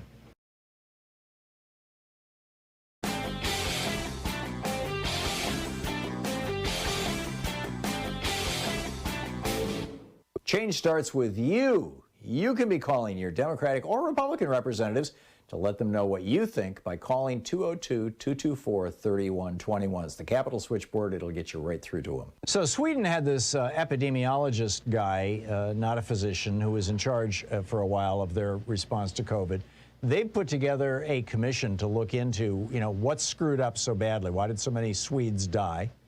In Brazil, they got the second worst rate of COVID infection and deaths in the world, behind us.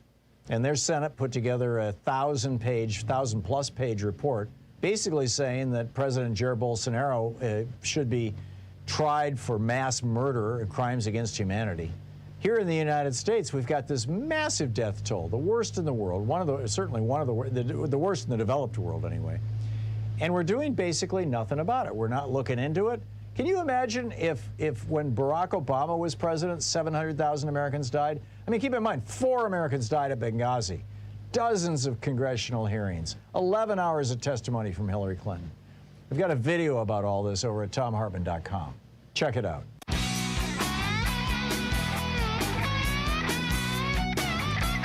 And welcome back. 35 minutes past the hour, and Colleen in Long Island, New York. Hey, Colleen, what's on your mind today? Oh, hi. Good to hear your voice, as always, and all the things that you bring to the public discussion. Thank you. One of the things, and you had a couple of people on that kind of touched a nerve, and then you brought it a little more forward when you were talking about abortion, what's going on with the Supreme Court, and you brought up reproductive rights in the sense of birth control. Mm-hmm.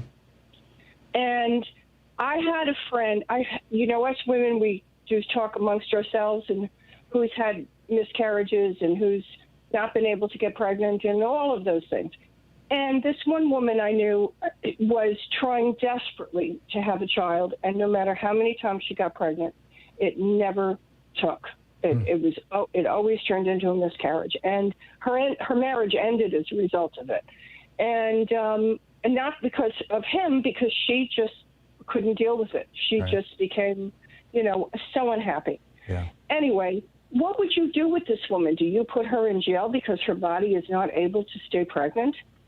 Well, how far down this slippery slope does this go? I don't think the worldview that views women as toaster ovens for babies would necessarily want to put her in jail, but they would consider her disposable.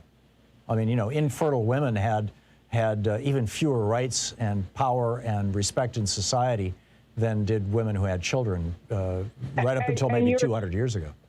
You're speaking to the choir here, because as a woman who never got married and didn't have children, I actually had a conversation with my family. I am no longer sitting at the children's table just because I didn't get married.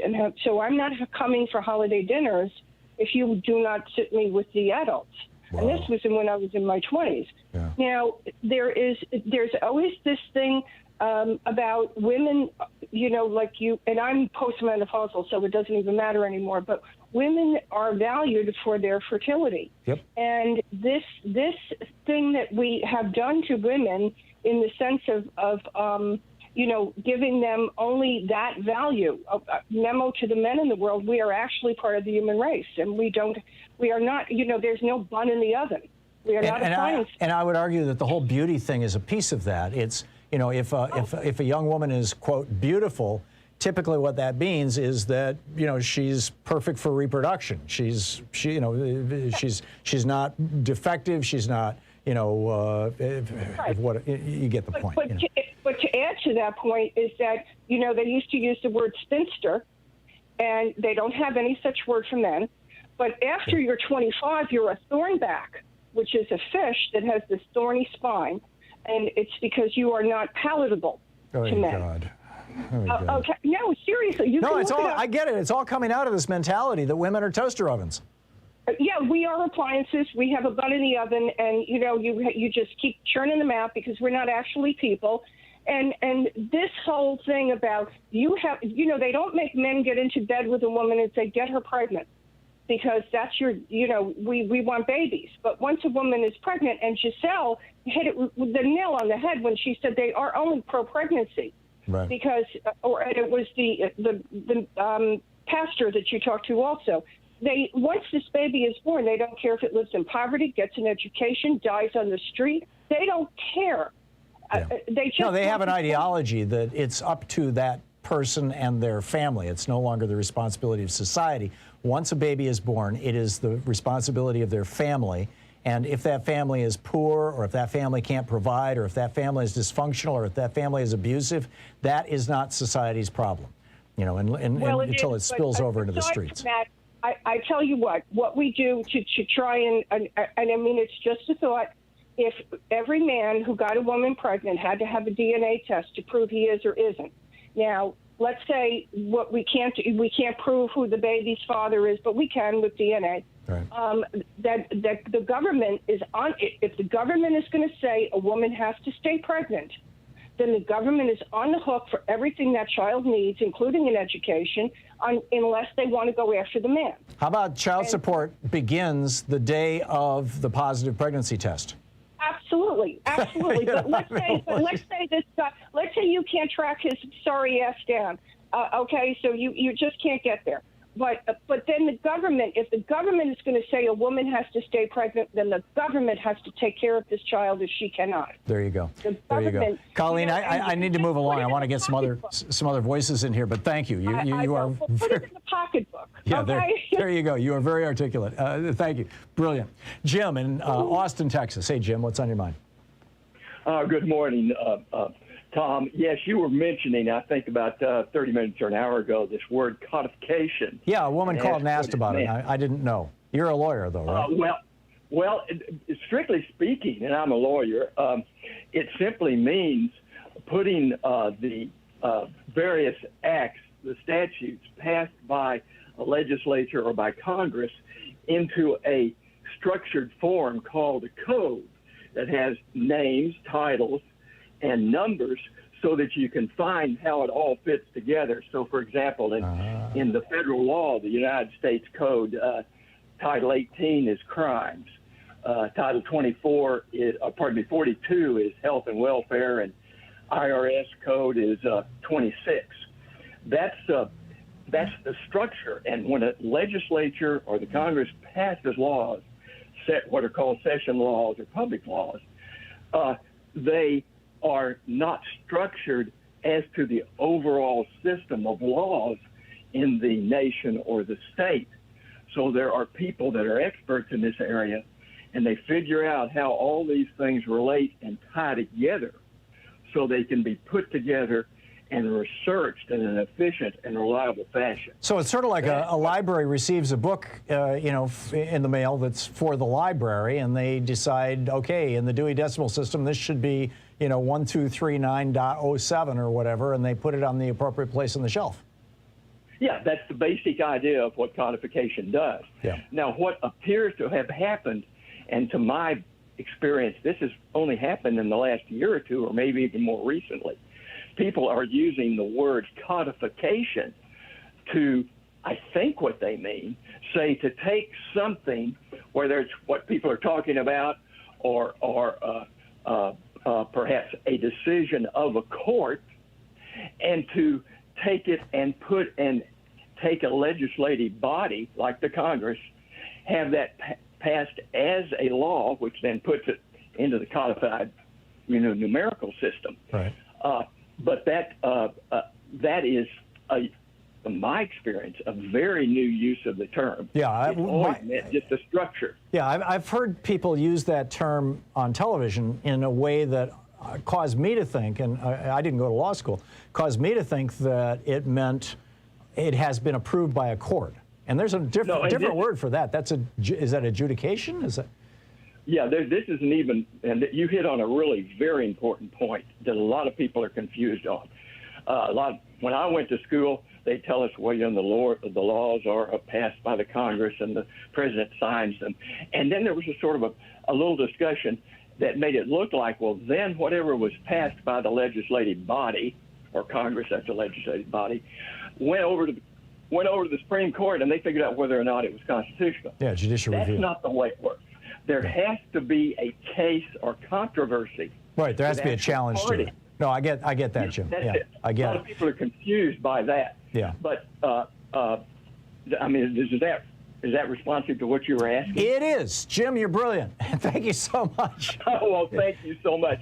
And I thank you for all the work you're doing. You are really very, very good at explaining complicated issues and bringing things to our attention. When I understand them. Jim, thank you for helping me understand codification. And you're honest, and you're quite straightforward when you don't understand them. That's very important. Well, I have learned through painful experience throughout my life that when you try to BS people, it always blows up in your face. There you go. Jim, thanks a lot for the call. It's great to hear from you. Thank you. Gareth in Stratford, New Hampshire. Hey, Gareth, what's on your mind today? Gareth? I'm not hearing Gareth. I'm going to put Gareth on hold and take a break here. It's 44 minutes, almost 45 minutes past the hour here on the Thom Hartmann Program. We'll be back with more of your calls and the news of the day in just a moment. So please stick around. We've got a lot on our table here. How should we as a society deal with a president who apparently was intentionally infecting people with a deadly disease? You're listening to Thom Hartmann. Visit ThomHartmann.com for audio and video archives. I mean, is there a criminal remedy? Is there a political remedy? Is there just a social remedy that everybody shames him? What do we do?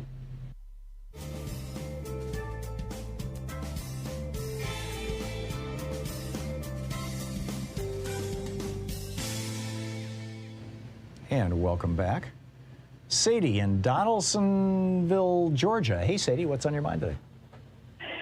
This whole thing of the abortion has really got everybody thinking, but a Sunday school lesson where Abram and Lot divided their family up to have more space because the land couldn't sustain the number of people and livestock.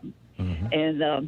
And then the Sunday school teacher was saying about abortion, that child that was aborted might be the next president. And I thought, I didn't know that I had shook my head, but I did. And she said, do you mean you're for abortion? And I said, no, I'm against abuse of anybody. And then I told her about a nephew who was 4. He told his mom, I know where I was before I was born. And she waited, and she said, we were all in a big space and floating and waiting for our chance to be born, and we had no eyes. That was awesome to me, the idea that the eyes are that's where it's attached, the soul to the eyes. Because I've always heard the eyes were the door to the soul. But then I thought, well, I need more information for this Sunday school teacher. She asked me more. And so I started doing research, and I said, you know what? The whole thing is about sperm cells and eggs getting together. And men with one ejaculation could get millions of sperm cells, just one. And they're created daily, all the time. But then women only have about 300 to 500 eggs in their whole childbearing age. And by the time they decide to have children, a number of those are already dead, and they're gone. And so the chances of that sperm getting together with that egg, and then you're going to apologize to God that you didn't have sex in 1980 or 1990, and that child isn't going to be born.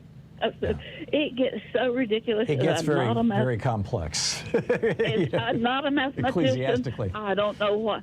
I don't know what the chances are of even one child being born. Yeah. But we got to get over ourselves and this gets so ridiculous, and God takes care of this child making thing if we would just leave it alone and quit meddling. Sadie, that's absolutely brilliant, and thanks for the story. Thank you very much for the story. Steve in Machias, Washington. Hey, Steve. Machias. Yeah, what's up? Yes, I just want to point out how the language itself plays into this. You know, a male is a man, a female is a woman. Yeah. And on top of that, and when a pregnancy fails, it's a miscarriage. Like all the woman has to do is carry the thing.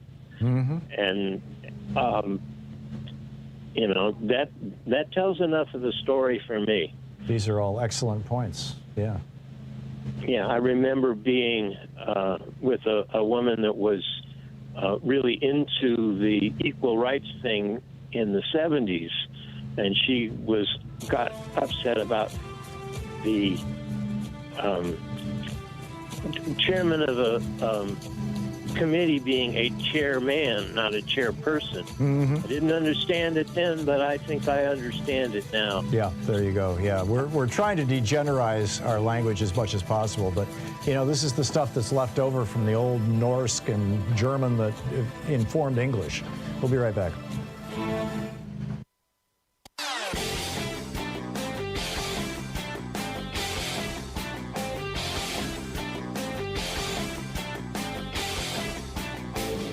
Share the Thom Hartmann Program with your friends. We're available on SiriusXM, Free Speech TV, Pacifica, commercial stations nationwide, YouTube, Twitter, Facebook, on the Thom Hartmann app, and you can even tell your smart speaker to listen to the Thom Hartmann Program. Welcome back. 10 minutes before the hour. Nikki in Joplin, Missouri. Hey, Nikki, what's on your mind today? Hi, Tom. Long time no talk. I wanted to say, when I was 21, I had a miscarriage. And then when I got married, I had another one.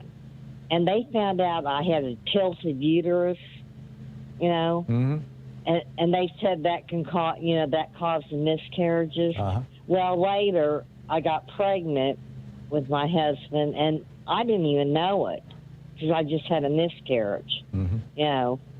And I can't imagine what they would have done, you know, if, thank goodness I lived in Illinois then, but... Or if Mike Pence was coming after you to prove that your miscarriage was right. And I had a tilted uterus because my grandmother had one, and she only had one son because she couldn't. It was hard for her to get pregnant. Yeah, no, I get and it. And that is true when you have a tilted uterus.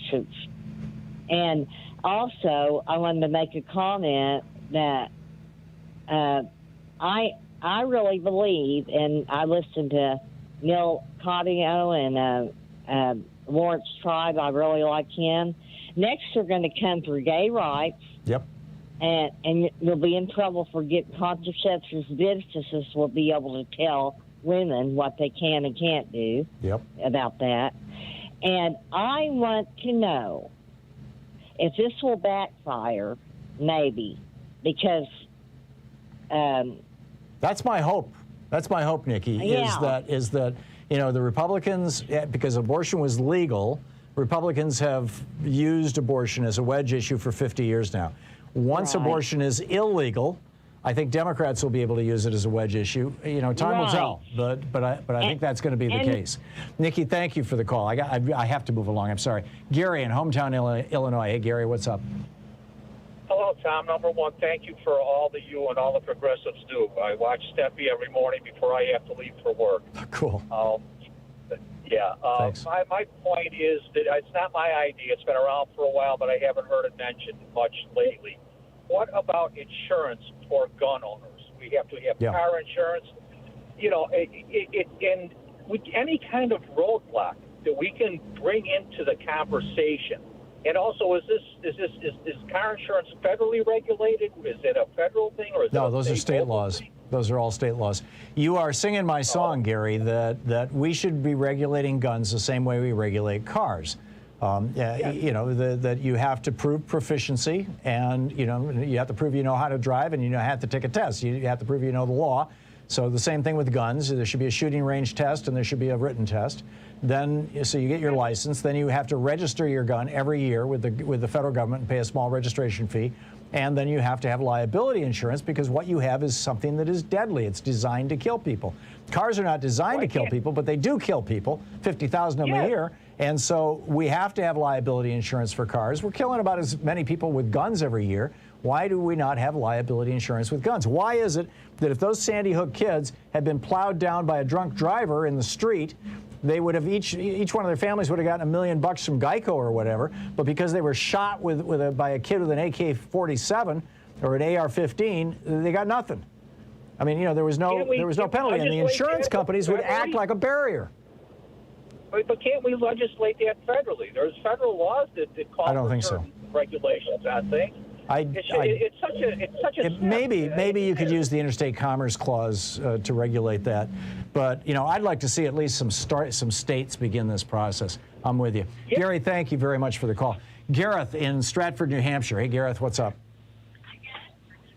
Hey, how's it going, Tom? Good. What's on your mind? So I actually really liked how you talked about. There was actually one show I saw you do where you talked with John Fugelsang about kind of how kind of the right wing and the right wing Christianity, how they don't go hand in hand.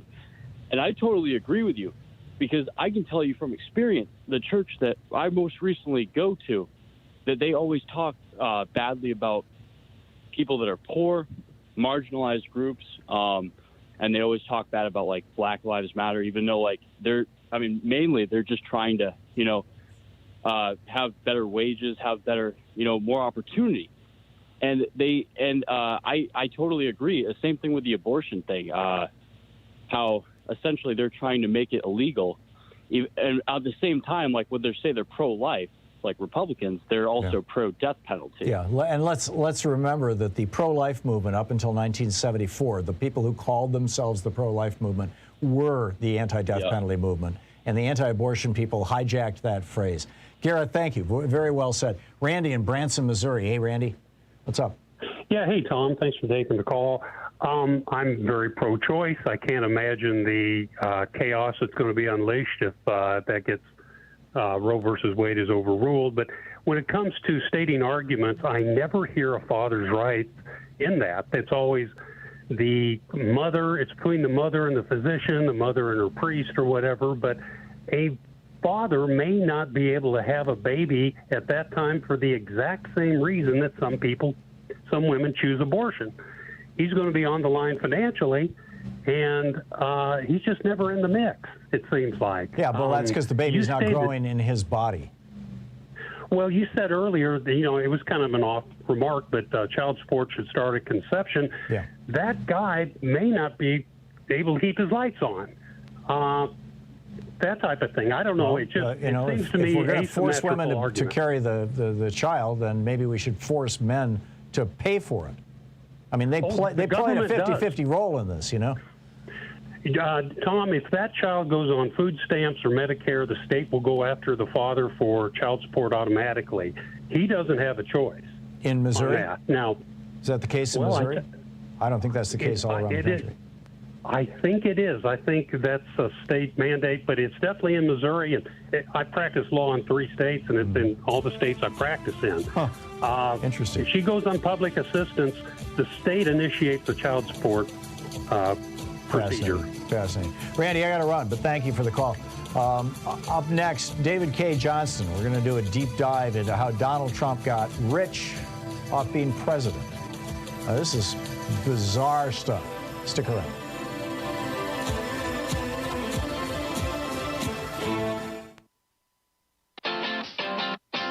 You're listening to Thom Hartmann.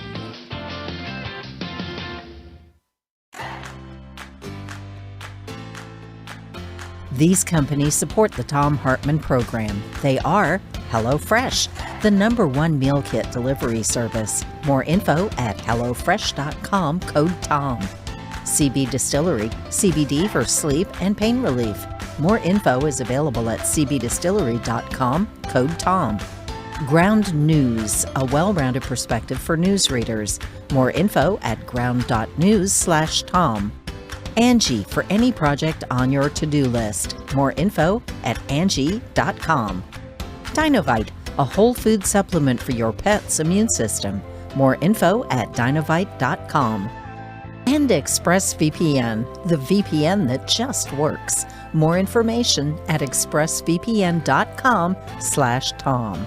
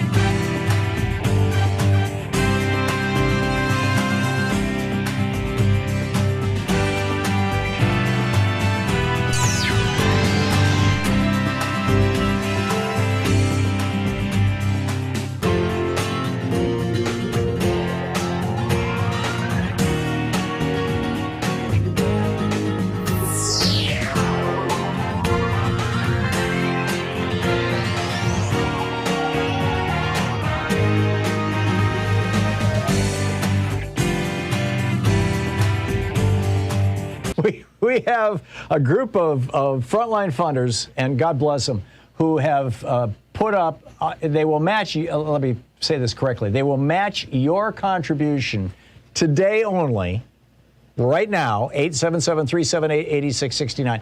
They will match your contribution up to $10,000. There's never been a better time to give to Free Speech TV, to help this television network really get its feet and get going here. So 877-378-8669. It is our winter fund drive. Special thanks to the people who made this possible, today's match. This is Abhinav and Mary Jo in California. Thank you very much. This is June in Oregon. Thank you, June. This is Robin in California. Thank you, Robin. Marcy in New York. Thank you, Marcy. And the Sims Foundation. It's so cool to see a foundation participating in this. I'm so glad to see that the people running the fundraising over at Free Speech TV are doing foundation outreach. I hope we can get more. And if you're affiliated with any foundations that might give money to an organization like Free Speech TV, let them know about us. Let them know about Free Speech TV. This is such a critical time to have progressive media. And we are literally the only progressive television network in the country. Unlike a certain other network that presents itself as a progressive network, we don't have a bunch of Republicans and ex-Republicans interviewing other Republicans and ex-Republicans all day long. which just makes me crazy on that other network. But here, you actually hear progressives and real Democrats, and they'll come on the air and take your call for a whole hour, and unfiltered and unscreened, and well, we filter out the drunks, but that's about it. And it's just, there is so much that is so good on this network. There are so many great, talented people on this network. There are so many great people who are running this network, who are working at this network. The staff at Free Speech TV, the people who help put together these fund drives, who keep us on the air, their technical staff, their engineering staff, and of course, the people here in our program, the people who work here. There's just some wonderful people who make all this happen. I mean, I'm the trained circus animal here who does the show, but it is, I'm just a little piece of this thing. And the whole thing doesn't exist without your support. You are the one who helps make Free Speech TV work. And if you've never contributed to Free Speech TV before, now's the perfect time to call and make your first contribution at 877-378-8669, or go to freespeech.org and make your contribution during our program. They have a bunch of premiums, by the way. There's goodies to encourage you to give, and keep in mind whatever you give will be doubled by these frontline funders. With a $20 gift, there's the Free Speech TV sticker. You have your choice of the clear kind of window clingy one, or the sticky bumper sticker one. With a $50 gift, there's the Free Speech TV viewer designed bag, or the Free Speech TV socks, which is a $100 value on sale for the holidays. Seriously.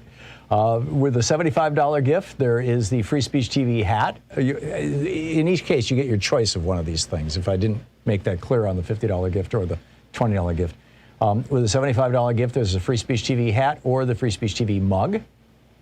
With a $100 gift, you have your choice of the Free Speech TV notebook and pen, or Leonard Moore's new book, Teaching Black History to White People.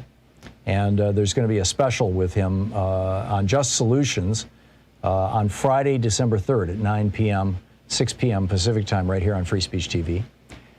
With a $120 gift, you can get an autographed copy of my book, The Hidden History of American Healthcare. Why Sickness Bankrupts You and Makes Others Insanely Rich is the subtitle. Or the Free Speech TV Solidarity T-shirt.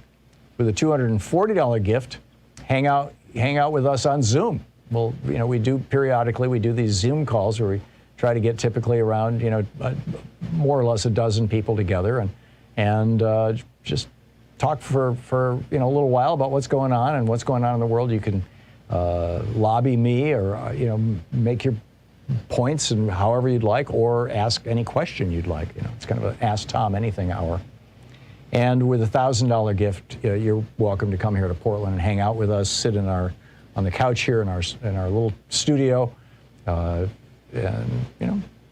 get to meet the talent behind. And I'm not talking about me. The talent behind all this. The folks who make this work. Sean and Nate and Joyce, Louise. So that's with a $1,000 gift. But the bottom line is, thanks to these extraordinary frontline founders, Abhinav and Mary Jo in California, June in Oregon, Robin in California, Marcy in New York, and the Sims Foundation, any amount that you give up to $10,000 today will be doubled to Free Speech TV. So this is like a really important day to be calling 877-378-8669 and helping put Free Speech TV on the map. Let's get this network out there. We've got a progressive network. We want America to know about it. So please call now, 877-378-8669, or you can text Free Speech TV, FSTV, to 44-321. Come from the top in the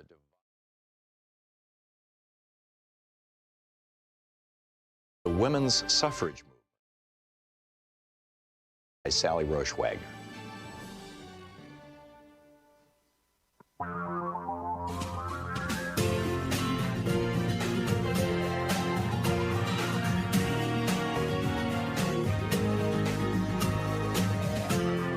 This is the Thom Hartmann Program.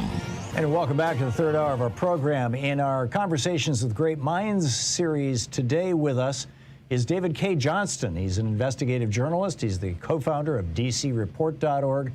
He won the Pulitzer Prize in 2001. He's the distinguishing visiting lecturer at the College of Law and Whitman School of Management at Syracuse University. He's the author of 8 books, and among them, some of my favorites. Fine Print, Perfectly Legal. There was one on Donald Trump. That was The Making of Donald Trump. That's right. How could I forget that? And his most recent, The Big Cheat. In fact, I have it right here in my hand. How Donald Trump fleeced America and enriched himself and his family. David, welcome to the program, and thank you so much for joining me for this deep dive into your book and into your work. Well, thank you for having me on again, Tom, and greetings from the home of Susan B. Anthony and Elizabeth Cady Stanton.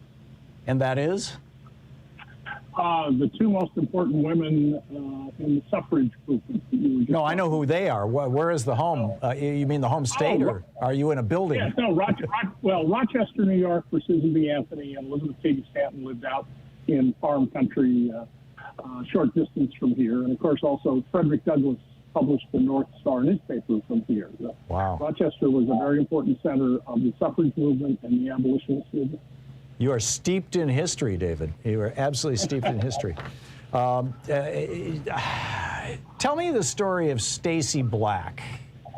You tell this story in your book about Donald. Actually, in fact, let me start. Let's start at another point, if I may.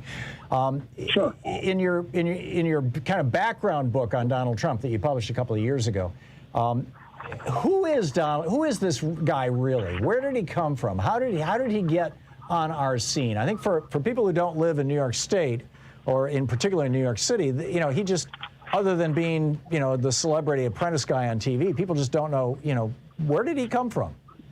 Yeah, most people have absolutely no idea. I have covered Donald Trump since 1988, longer than any other serious journalist. And Donald Trump is the 3rd-generation head of a 4th-generation white-collar crime family. His grandfather, Friedrich, his name was Drunk, that they changed to Trump, fled Bismarck's Germany in 1885 when he turned 16. David, forgive the interruption, but I'm having a really hard time hearing you. I don't know if you've got a bad earbud in, or if you're not holding the phone near you, or whatever, but I can't. I'm having a hard time hearing you. I am as well. Let me try doing it the way I usually do this, which is. Yeah, now we've just lost you altogether. We lost your audio. I can't. David, we have lost. Can you pick up audio off the video, Sean? There's no audio on that video? No, I'm sorry. David, I'm not hearing it. Joyce is talking to him on the phone. Oh, we just lost him. She's trying to call him back. Okay, David will be with us in a few moments. His new book, it's called The Big Cheat, How Donald Trump Fleeced America and Enriched Himself and His Family. Washington Monthly notes that David K. Johnston is one of this country's most important journalists. Lawrence Tribe calls him a national treasure.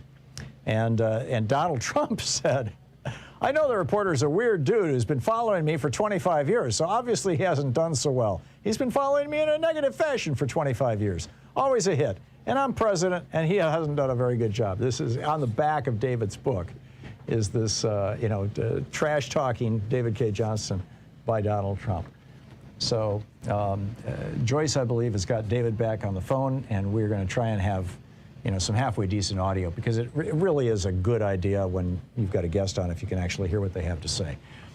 So just hang on just a second.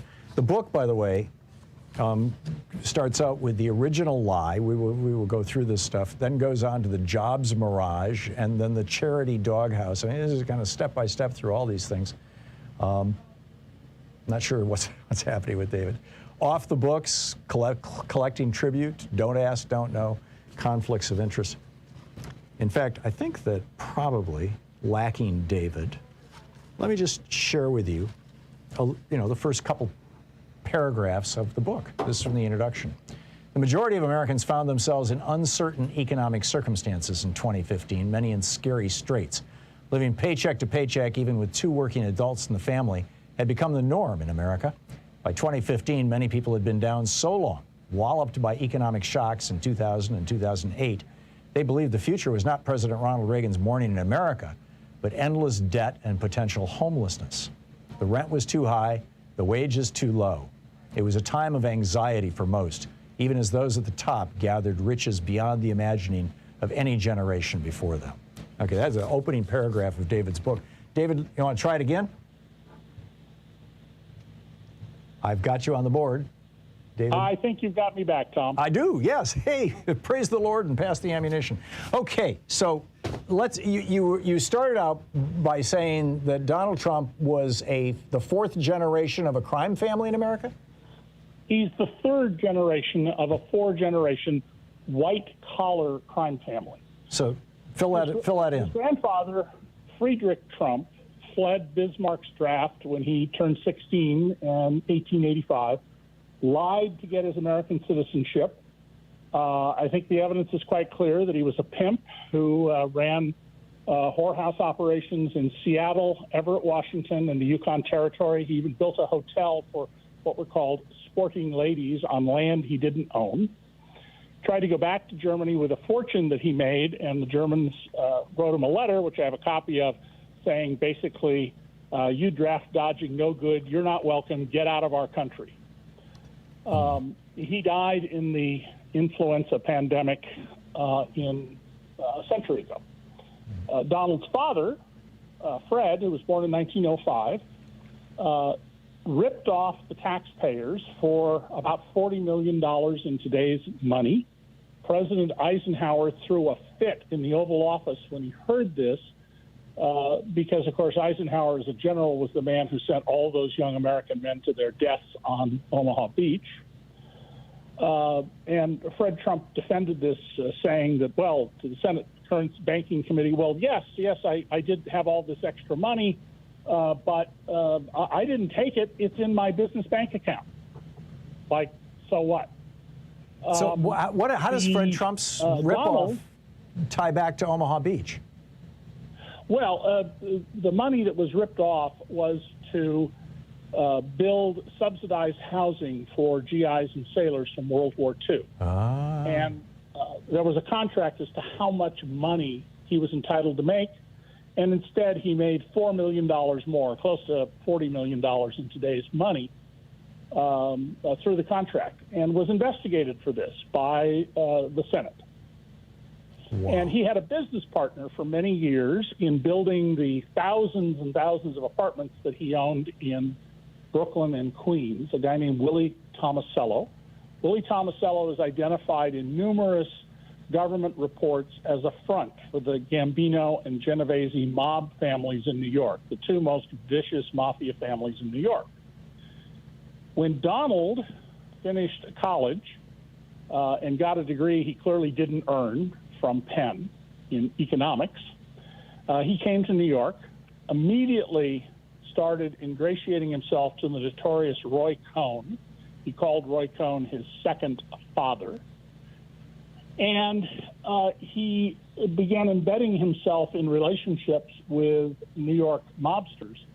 But even outside the real estate business, Donald has spent his whole life soliciting business from criminals, Irish mobsters, Albanian mobsters, Kazakh criminals, Russian criminals, Ukrainian criminals.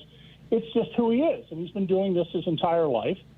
And for years, Donald was very deeply involved with a man named Joseph Wexelbaum. Joe Wexelbaum maintained his personal helicopter. It was called the Ivana, and his fleet of helicopters to bring high rollers to Atlantic City. Joseph Wexelbaum was one of the biggest drug traffickers in America. And when he got caught and fessed up to everything in writing, I have the documents, he cut a deal. The people who just drove the drugs for him from Miami to Ohio got 20 years for driving the drugs in cars and trucks.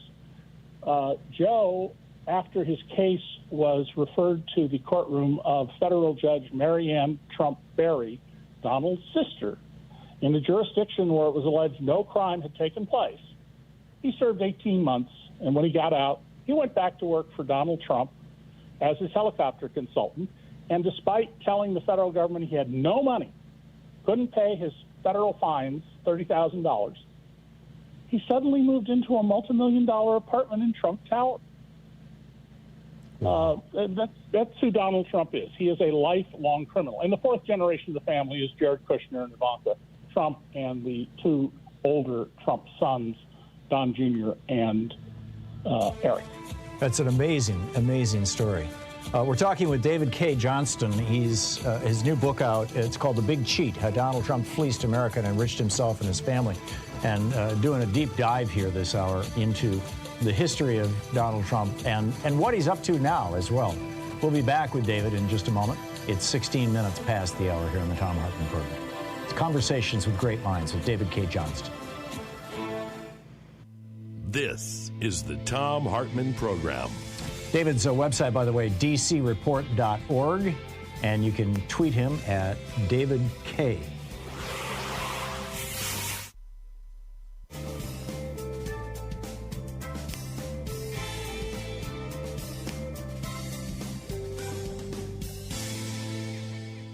And apologies, I got the tweet wrong. It's David K, C-A-Y-J, followed by the letter J. So, David, to what extent have Don Jr. and Eric and Ivanka and Jared, I know Jared has his own criminal history, or his father certainly did, to what extent have they followed in their father's footsteps? Oh, absolutely. And let me just make one point, Tom. Everything I just said to people comes out of public records. There's no unnamed sources. I don't use unnamed sources with Donald, because there's an abundant public record, which my fellow journalists, where I used to work at the New York Times and other newspapers, they just never read it. They never looked, even when I offered to give them my documents. All public record, all indisputable. So let's go through what's happened with the Trump family. Eric Trump, 13 years ago, famously said that they didn't need American banks. We get all the money we want coming out of Russia. And Donald Trump has sold roughly 10% of the condos he sold over the years were sold to Russians, usually in cash deals, and some of them with pricing that suggests significant overpayment, which tells us this may involve money laundering. Don Jr. and his girlfriend, Kimberly Guilfoyle, participated in the Build the Wall charity scam. A disabled veteran named Brian Kolfage set up a charity where he was going to get donations and build the wall on the Mexican border, a project that would cost tens of billions of dollars. And he promised people again and again and again, not one penny will be used for anything but building the wall. He then brought in Steve Bannon to the deal, and they held a news event in New Mexico to show that they were building the wall. They had put up a cheap piece of fence that would be totally ineffective and had other problems.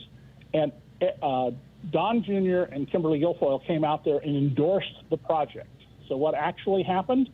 Well, Kolfage and two other guys are facing criminal trials shortly because they were, in fact, using the money for their own lifestyle, buying boats and jewelry and things like that. Steve Bannon stole $1 million from this charity, but he is not being tried because his patron, Donald Trump, pardoned him. Did he keep the money? Left the White House.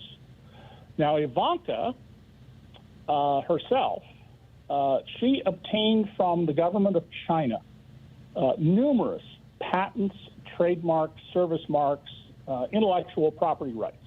If you as an American want to get a patent or a trademark in China, be prepared for a multi-year slog. You'll have to hire the right lawyers, the right Chinese lawyers who are connected with the party, and it's not going to happen at all quickly. But Ivanka's were approved like that when President Xi was about to go to Mar-a-Lago and meet with Donald Trump. President Xi is a very, very sophisticated guy, unlike Donald Trump. Jared Kushner, before Donald Trump took office, was in serious financial trouble.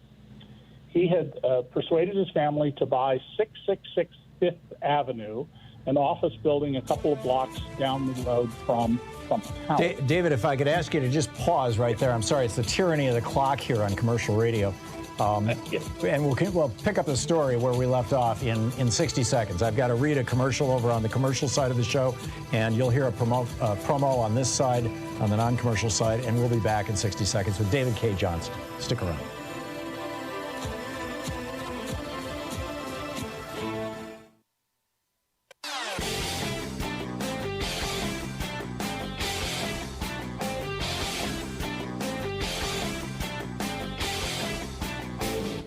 Hey, thanks so much for sharing our program and for reaching out to our stations and sponsors and letting them know that you're listening. It really means a lot to us. So we have a new video up over at ThomHartmann.com. It's about 18 U.S. Code 2384, which is a law that was published back in put on the books on June 25th, 1948. It was updated in 1956, and it's very, very straightforward. It says, if two or more persons in any state or territory or in any place subject to the jurisdiction of the United States conspire to overthrow, put down, or destroy by force the government of the United States, or to levy war against them, or to oppose by force the authority thereof, or by force to prevent, hinder, or delay the execution of any law of the United States, or by force to seize, take, or possess any property of the United States, they shall be fined under this title or imprisoned for not more than 20 years or both. Tell me that doesn't perfectly describe what happened on January 6th. Seditious conspiracy. The video's at ThomHartmann.com. Check it out. And welcome back. We're talking with David K. Johnston, who has just produced another brilliant book. He has written so many about economics, and this is his second one on Donald Trump. It's called The Big Cheat, How Donald Trump Fleeced America and Enriched Himself and His Family. And David, we were just talking about the Trump children. You mentioned that Don Jr. and his wife went into business with Steve Bannon on this build-a-wall scam that Bannon extracted $1 million from and got busted for and then got pardoned by Trump for. And that Eric had publicly said, we get all the money we need from Russia. And then you had just started with Ivanka and Jared. Do you want to restart that? Sure, and just to be clear, this is the third Trump book. The previous two were both international bestsellers. Thank you. Thank you very much. I went over how Ivanka, with just unbelievable speed, was granted all these intellectual property rights by China, including, by the way, intellectual property rights to voting machines, a very curious thing for a communist dictatorship to grant a licensing for or intellectual property rights. Jared, in 2006 or 7, bought 666 Fifth Avenue, an office building just down from Trump Tower. He wildly overpaid for it. It was about double the previous high price paid per square foot in Manhattan. Then the economy collapsed, you'll recall, because of all the corruption in the lending business, mortgage lending business. The value of the building fell to perhaps as little as a third of what he paid for it, and it was all borrowed money. They put $50 million down on a $1.8 billion purchase. And he needed to get bailed out of this, and this problem continued to be deferred, but he was desperate. So when Donald Trump was president-elect, he went to Qatar in the Middle East. Qatar is home to America's most important military base in the Middle East. And the government in Qatar owns Al Jazeera, the news service that has had a big influence on making people in the Middle East aware of the dictatorships they live under. They're hated by the Saudis and the Emiratis because of this. The Qataris took a look at this and said, we're not going to loan you $800 million. That's a terrible loan. Why would we do that? And guess what Donald Trump began doing? He began attacking Qatar. Our ally. They're financing terrorists. Yeah, they do. They finance 2 terrorist groups. The Saudis finance 60 of them, according to the State Department. And this is a good example of where U.S. national security interests were submarined by the Trump family for the financial benefit of the family. And there are other examples of this that I point to in the book, but this is the really egregious one. And when Jared and Ivanka left their positions at the White House. They were on the staff at the White House after repeatedly filing incomplete, misleading, and false security notices called SF-86. And anybody else who just once had to refile to correct mistakes probably wouldn't get a security clearance. But if you had to do it a second time, Malcolm Nance and many other people will tell you there is zero chance that you would have gotten to continue to have access to national security materials. But this is the Donald Trump administration. And from their financial disclosure statements, we know that Jared and Ivanka made between $172 million and $640 million in business income during their 4 years in the White House. Wow. And now Jared is out there raising money from the Saudis and Emiratis to run a fund that he would manage. He was lining himself up for future success in managing money for people in the Middle East, not looking out for American national security. So the fourth generation of the Trump crime family, and literally the Trump crime family. We're talking with David K. Johnston, our conversations with the great minds today. His new book, The Big Cheat, How Donald Trump Fleeced America and Enriched Himself and His Family. We will be back in just a moment. You're listening to the Thom Hartmann Program. Call 202-808-9925. We have about a 5-minute break here at the bottom of the hour for our local stations to pick up the news and whatnot. I'll have a book report here, and we'll be back with David K. Johnston just after that.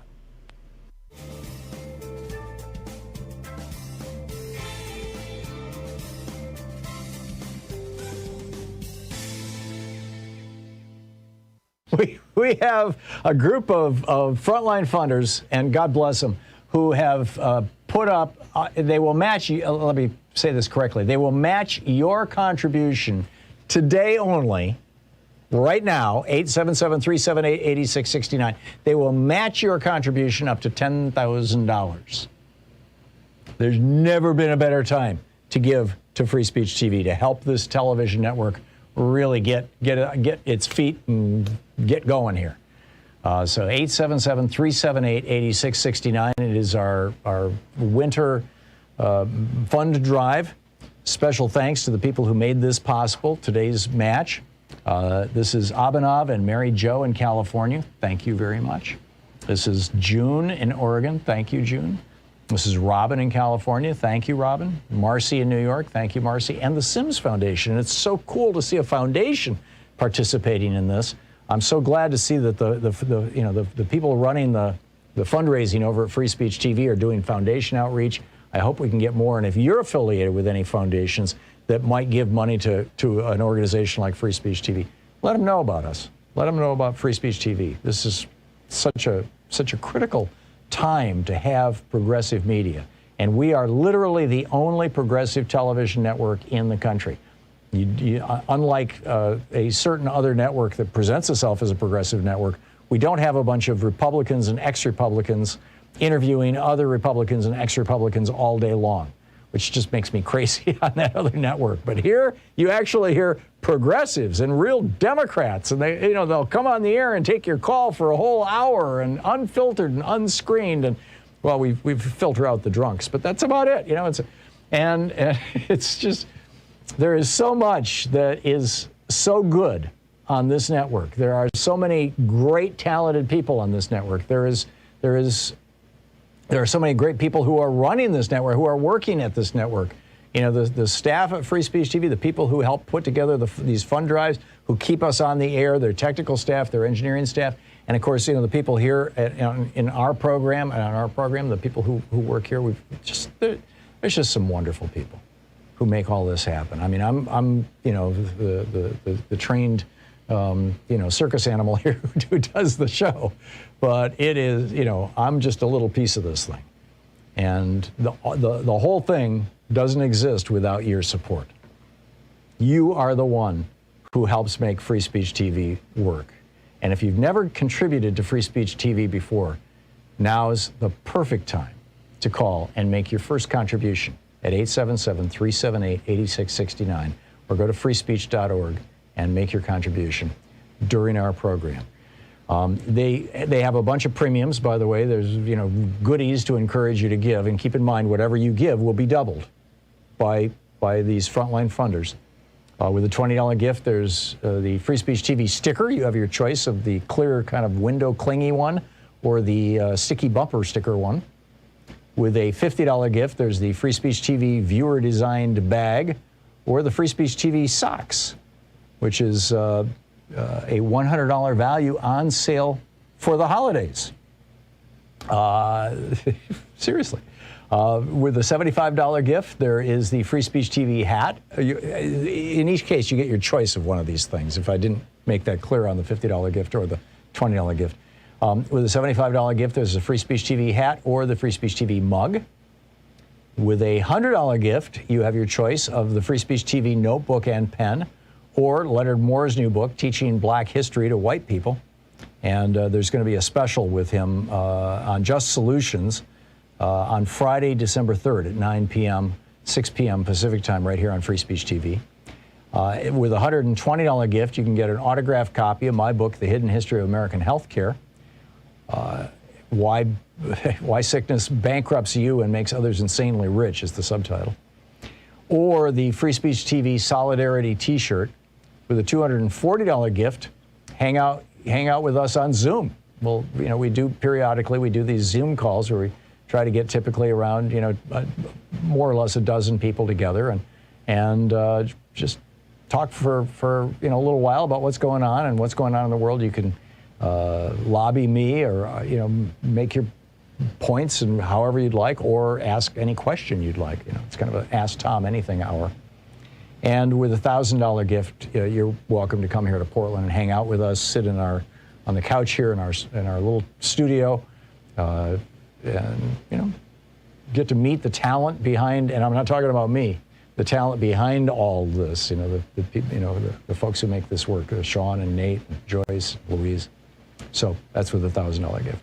But the bottom line is, thanks to these extraordinary frontline founders.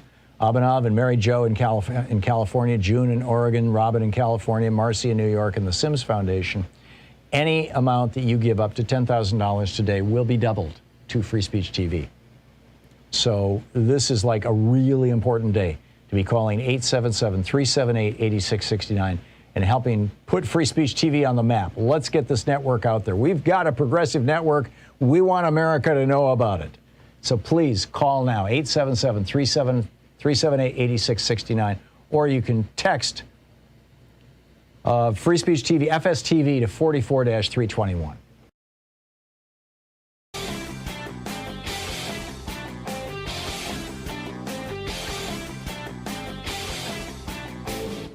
Missed my opening rant today? It's usually published over at HartmannReport.com, where you can read it and share it with your friends for free. Check it out, HartmannReport.com.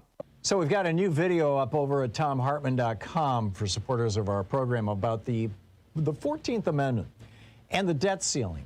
And just kind of riddle me this one, Batman, right? The 14th Amendment reads, and I'm taking out the parts that specifically refer to pensions and bounties, for services suppressing the insurrection, because it came out of the Civil War. But the 14th Amendment reads, in part, the validity of the public debt of the United States shall not be questioned. In other words, Congress, you can't take actions that might cause the public debt not to be paid. You can't refuse to raise the debt ceiling, is how I read that. The debt ceiling, of course, didn't even exist when they wrote the 14th Amendment. That came along in 1917. But I think this is raising some really important questions, and I dig into it in this video over there. You can check it out. It's all over at ThomHartmann.com. Welcome back. We're doing a deep dive with our Conversations of the Great Minds today with David K. Johnston, investigative journalist, co-founder of DCReport.org, Pulitzer Prize recipient in 2001, distinguishing visiting lecturer at the College of Law and Whitman School of Management at Syracuse University, the author of 8 books, including 3 on Donald Trump, his third just out, The Big Cheat, how Donald Trump fleeced America and enriched himself and his family. So, David, we've kind of covered, I guess, parts of his family, Donald Trump's family ripping us off. How did he make this transition from just being an ordinary grifter and buddy of organized crime and the mafia to becoming president of the United States? It was fairly clear he was not expecting this to happen. Well, Donald has been talking about being president since the 1980s. And it's important to understand that in his mind, of course he should be president. He should be president forever. He should actually run the whole world because everybody else is an idiot and nobody else is qualified. He really believes this. This is the nature of who Donald is, that he's special and the rules don't apply to him. Back in 2011, after President Obama had a little fun with him about his television, quote-unquote, reality show. Yeah, I was in the room. Donald said he was going to run for president against Obama in 2012. The political reporters, I prefer to call them politics reporters, on the national scene all treated him as a serious candidate. And separately, both Lawrence O'Donnell and I kept saying, you're not getting this right, folks. He's not running for president. He's running for a better contract with NBC. He's trying to show that his audience can grow, and that's what he's doing. And when, by the way, he got his new contract, what did Donald do? You know, I should be president. The country needs me. No one else is really qualified to be president, but my television show needs me right now, so I'm withdrawing. So when he announced in 2015 that he was running, the politics reporters, having had egg on their face, as they should, they treated it as a vanity project. And I called up lots of these people. I called up former editors of mine at the New York Times, and I said, hey, you're not getting what's going on here. He is a serious candidate this time. Okay, well, thank you very much. We think we know what we're doing. Mm-hmm. And by the time they woke up to this, he was in the White House. And here's an example of how awful the coverage was. The new book, The Big Cheat, opens up with what I call the original lie. Donald comes down the escalator at Trump Tower in June of 2015 and announces there are thousands of people here, thousands, an enormous crowd. Tom, you've been, I assume, in the lobby of Trump Tower. You couldn't put 1,000 people in there if you packed them in with silt oil like sardines. I have been, and you're right. He also controlled where the cameras were directed. And he launched these racist, bigoted assaults, most famously his line about Mexicans being murderers and rapists. Well, the next day's New York Times didn't even mention that. Not a word about it. It just had some vague line about his expressing hostility. I watched this, and the fact that every time he said something outrageous, there were these rounds of applause and cheering, and I thought, this is Midtown Manhattan. This is the heart of the most liberal city in America. Where did he get these people? Did he bust them in from West Virginia? The next day, the Hollywood Reporter revealed that an ad had been placed saying, if you want to pick up $50, come to Trump Tower, put on a shirt, and cheer and clap on command. And that's what this was. He didn't have, as he claimed, thousands of adoring fans there. He had a bunch of people who work as extras in TV and movie. You know, the people you see in the jury box in Law and Order or walking down the street behind the stars as they converse. He paid these people. He had to pay them. And they tried to hide that they paid them. They lied and denied about it, but they ultimately had to confess that, yes, these were hired hands. Everything about his presidency is built on lies. He said he was going to put the forgotten man and woman first. No, he put them last. What he put first was what he always puts first, Donald Trump and how many commas he can claim are after his name. And let me be clear about that. There is no evidence and never has been that he's a billionaire. I revealed he had a negative net worth more than 30 years ago, and it's all smoke and mirrors. He's a rich man, but he's never been a billionaire, much less someone worth 10 or, as he's claimed once, $11 billion. So in your book, you talk about how he made over $1 billion, or at least over $1 billion, flowed over $1.5 billion flowed through the Trump organization during the 4 years he was president. How does that comport with your suggestion that he's not that wealthy? That's the revenue that flowed to the more than 500 businesses that Donald has, all of which are wholly owned by Donald Trump, and all of which pass through to him. But revenue is not profits. It's not income. I mean, if I had all the money people have paid for my books rather than my share of them after expenses, I'd be quite wealthy. Right. And so Donald had to report more than $1.6 billion flowing across the books of his companies. But that doesn't make him a billionaire. And remember that in addition to the debt we know about that Donald has, we also know that Donald has lied repeatedly under oath about his finances. I've documented this in the past. And everything I write about him in this book, like the previous two, is tied to a document that's listed in the back of the book or my conversations with Donald, which I wrote about at the time. And in one case, I quote directly someone who was there at a meeting when Donald was 29 and he assaulted the mayor of New York City twice. A story I've known for years. The guy has consistently told for years. And the only other person alive from that is Donald. Everything else, though, tied to the public record so that there's no dispute about the facts that I've reported.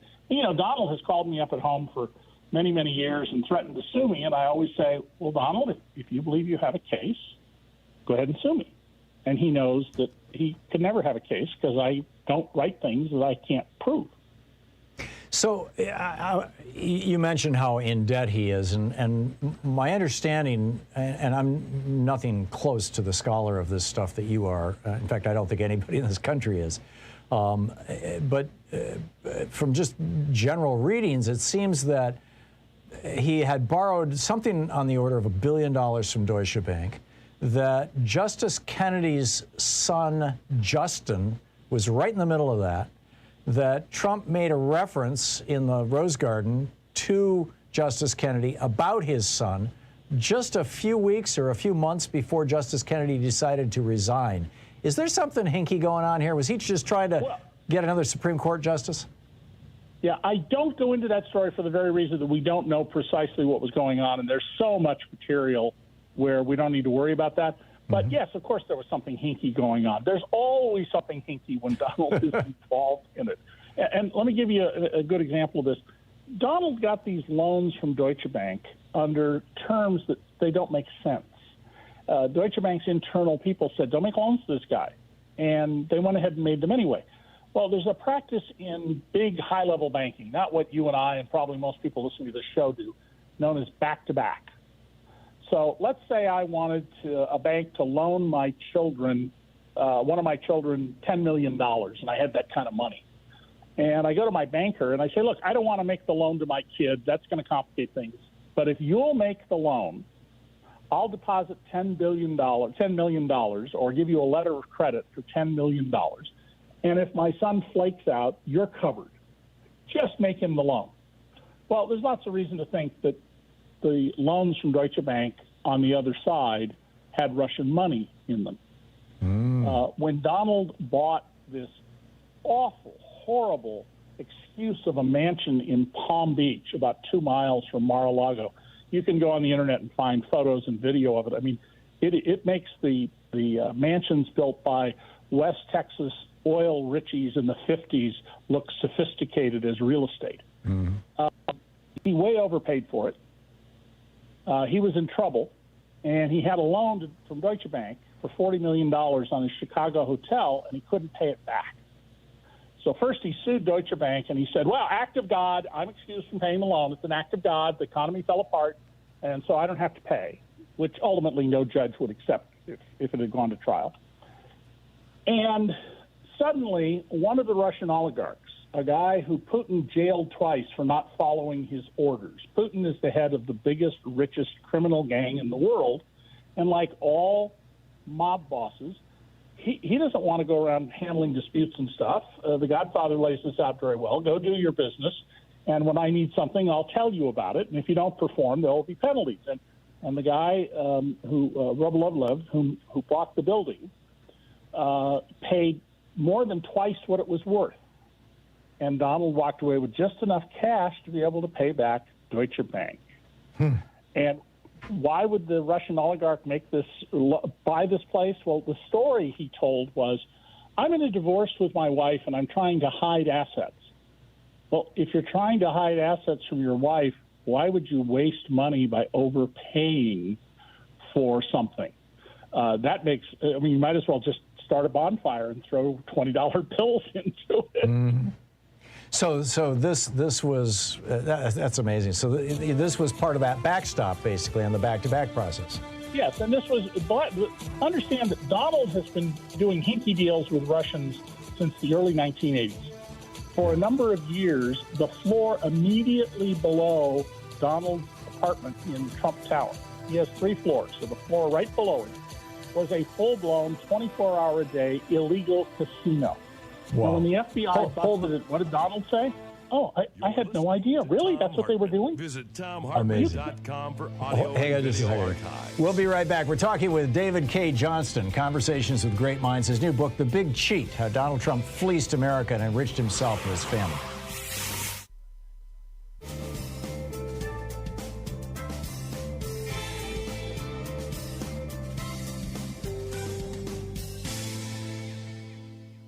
So, David, I back in 2015, I gave $15, as I recall. Might have been $5, but I typically do this at the beginning of campaign seasons to a bunch of different candidates, Republicans and Democrats, just to basically get on their list. And I sent $15 to Donald Trump. It was just this week that I finally decided I've got to stop and started putting all the emails I'm getting from him on my spam list. But I've been literally, since he lost the election, it's really gone into the stratosphere. Prior to that, it was once or twice a week. I've been getting 6, 7, 8, 9 emails a day from him begging for money. What kind of operation is he running? What kind of money is he raising here? Yeah, I love the ones from Don Jr. that say, you're the only person who didn't respond yesterday to my father's request. And he personally asked me to get in touch with you. Right. And apparently there are people who believe this. Donald Trump is America's beggar in chief. His business now is begging for money. And he's collected roughly $500 million. When he started the Stop the Steal fundraising last year, he said it was to, get lawyers and fight to show that he really won the election. He spent $9 million on lawyers, and he didn't pay a bunch of people, including most famously Rudy Giuliani, because, of course, it wasn't about that. And he continues to solicit this money. A lot of it is going to end up being paid over to criminal defense lawyers after he's indicted in Manhattan, possibly in Westchester County, New York, the District of Columbia, and in Fulton County, Georgia, because any lawyers who are going to represent him are going to demand full payment up front because of Donald's history of not paying his lawyers. Right. But that's his business now, Tom. He is America's beggar in chief. And just as with the elections, he's really good at his cons. He is the greatest con artist in world history. He conned his way into the White House. It's truly breathtaking, when you think about it. Was there a Stop the Steal operation in 2016? I've heard that what they rolled out in 2020 was just something that him and Roger Stone had come up with when they expected to lose to Hillary. Well, they used different techniques at the time, and I'm glad you brought 2016 because today, in particular, I've gotten several emails or forums that I'm in from people saying, when are you journalists going to stop lying about Russia? There was no Russian intervention. You've read and told your viewers and listeners about the Senate Intelligence Committee report when the chairman was Richard Burr of North Carolina, a Republican, that the Russians were deeply involved in the campaign. I mean, my God, Thom Jr. wrote, love it, when an emissary of the Kremlin proposed a meeting in Trump Tower. Now, if you're running for president or you're on a campaign and an agent of the Kremlin contacts you for a meeting, there is only one thing you should do, A, as a matter of law, but B, as a matter of being an American citizen. You pick up the phone, you call the FBI and say, I need to speak to someone in counterintelligence. Yeah, it seems pretty straightforward. We're talking with David K. Johnston, our Conversations with Great Minds. His most recent book, The Big Cheat, How Donald Trump Fleeced America and Enriched Himself and His Family. It's a remarkable read. We will be back with David in about 60 seconds. I've got to read a commercial ad on the other side of the show, and I'll be right back with you on the other side of this promo. Stick around.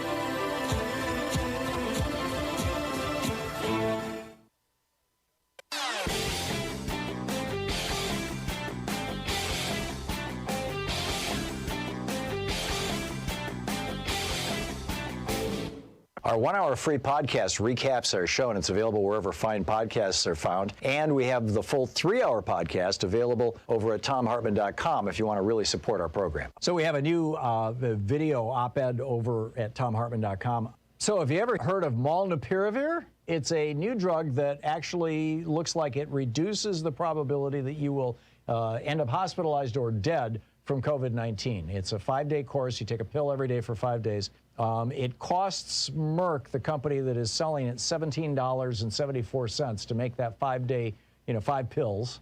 And they are selling it to you and me, to the federal government, for $712 per 5 pills, per, treatment course.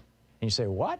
And here's where it gets really interesting. The Defense Threat Reduction Agency, which is part of the Department of Defense, provided $10 million of funding to Emory University to develop this drug, and $19 million in additional grants came from the National Institutes of Health. We paid to develop this drug, and now we're going to pay $700 for it? Really?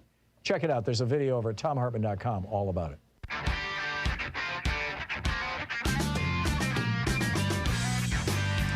We are talking with David K. Johnston, Pulitzer Prize-winning author and of 3 books about Donald Trump, his most recent, The Big Cheat.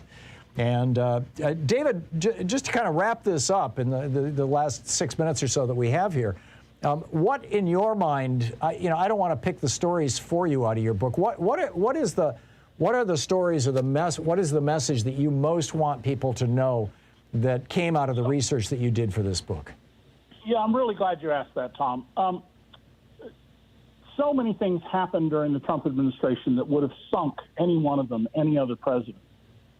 People lost sight of them. And what I saw as someone who has been devoted round the clock to Trump issues now for 6+ years was lots of loose threads. Something would appear in the Washington Post or the Wall Street Journal or the LA Times and nowhere else. So unless you read all the different news organizations I check every day, you would have no idea about many of these things. And I didn't want to write a kitchen sink book. So what I did is I picked stories that I thought were most revealing of how the Trump family decided to use the White House as their own personal venue for money and power, not for the betterment of the American people, and took these loose threads and wove them together into a tapestry. So there's a story here that tells you about the lies they told, the charities they ripped off, the people that they shunted aside, the way American national security interests were submarine. You asked at the top of the show about Stacey Blatt. At the very end of my book, Stacey Blatt was dying. He was in hospice. He heard Rush Limbaugh say, Donald Trump needs money to fight the steal. So he sent half his monthly income, $500, to the Trump Organization as a one-time gift.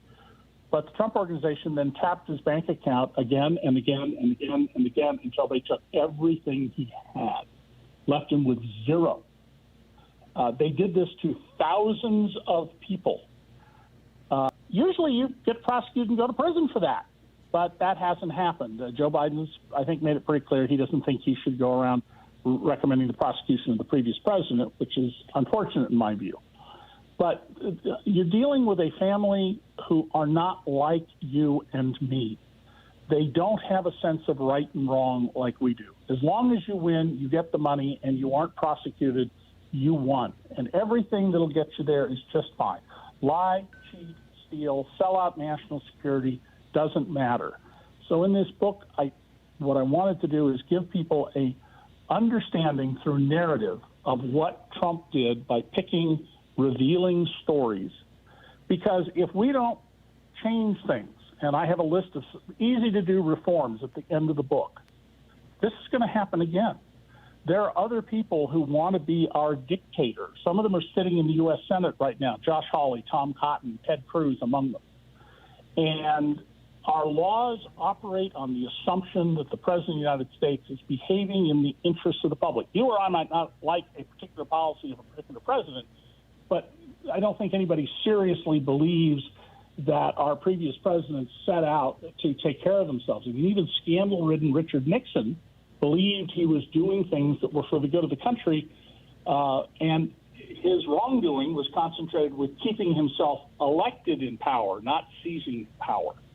Right. So the point of this book is I know people have Trump fatigue. Trust me, nobody in America has more Trump fatigue than I do. But this isn't over. This is far from over. And if we want to maintain our liberties and our freedoms, we have to be informed. So all these people going around saying, oh, the Russia thing was a hoax. No, it wasn't. We got a Senate Intelligence Committee and other reports. It was not. Certain elements, minor elements, the journalists got wrong. They accurately reported what they knew at the time, but it was wrong. David Thom has an excellent piece about this in The Atlantic. There are others who say, there was no corruption in the Trump administration. That's all just liberal lies. Right. No, we have well-documented cases of massive abuses of taxpayers and law that are beyond any dispute. David, it's a masterpiece. It's an absolute masterpiece. The Big Cheat is David K. Johnston's new book. His website, dcreport.org. You can tweet him at DavidKJ. David, thank you so much for dropping by today. Great talking with you. Thank you. My pleasure. This is really a book worth having. And thanks so much for being with us. We'll be back tomorrow, same time, same place. Get out there, get active, tag you're it. Have a great afternoon, and be good to yourself and the people around you. We'll see you tomorrow. You've been listening to Thom Hartmann. For audio and video archives, visit ThomHartmann.com.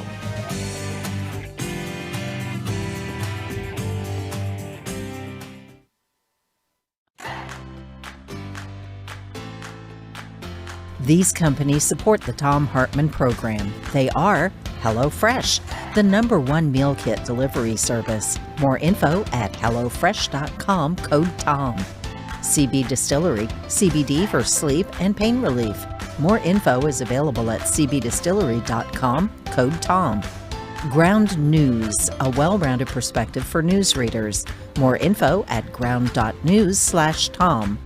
Angie, for any project on your to-do list. More info at Angie.com. Dinovite, a whole food supplement for your pet's immune system. More info at Dinovite.com. And ExpressVPN, the VPN that just works. More information at expressvpn.com/Tom.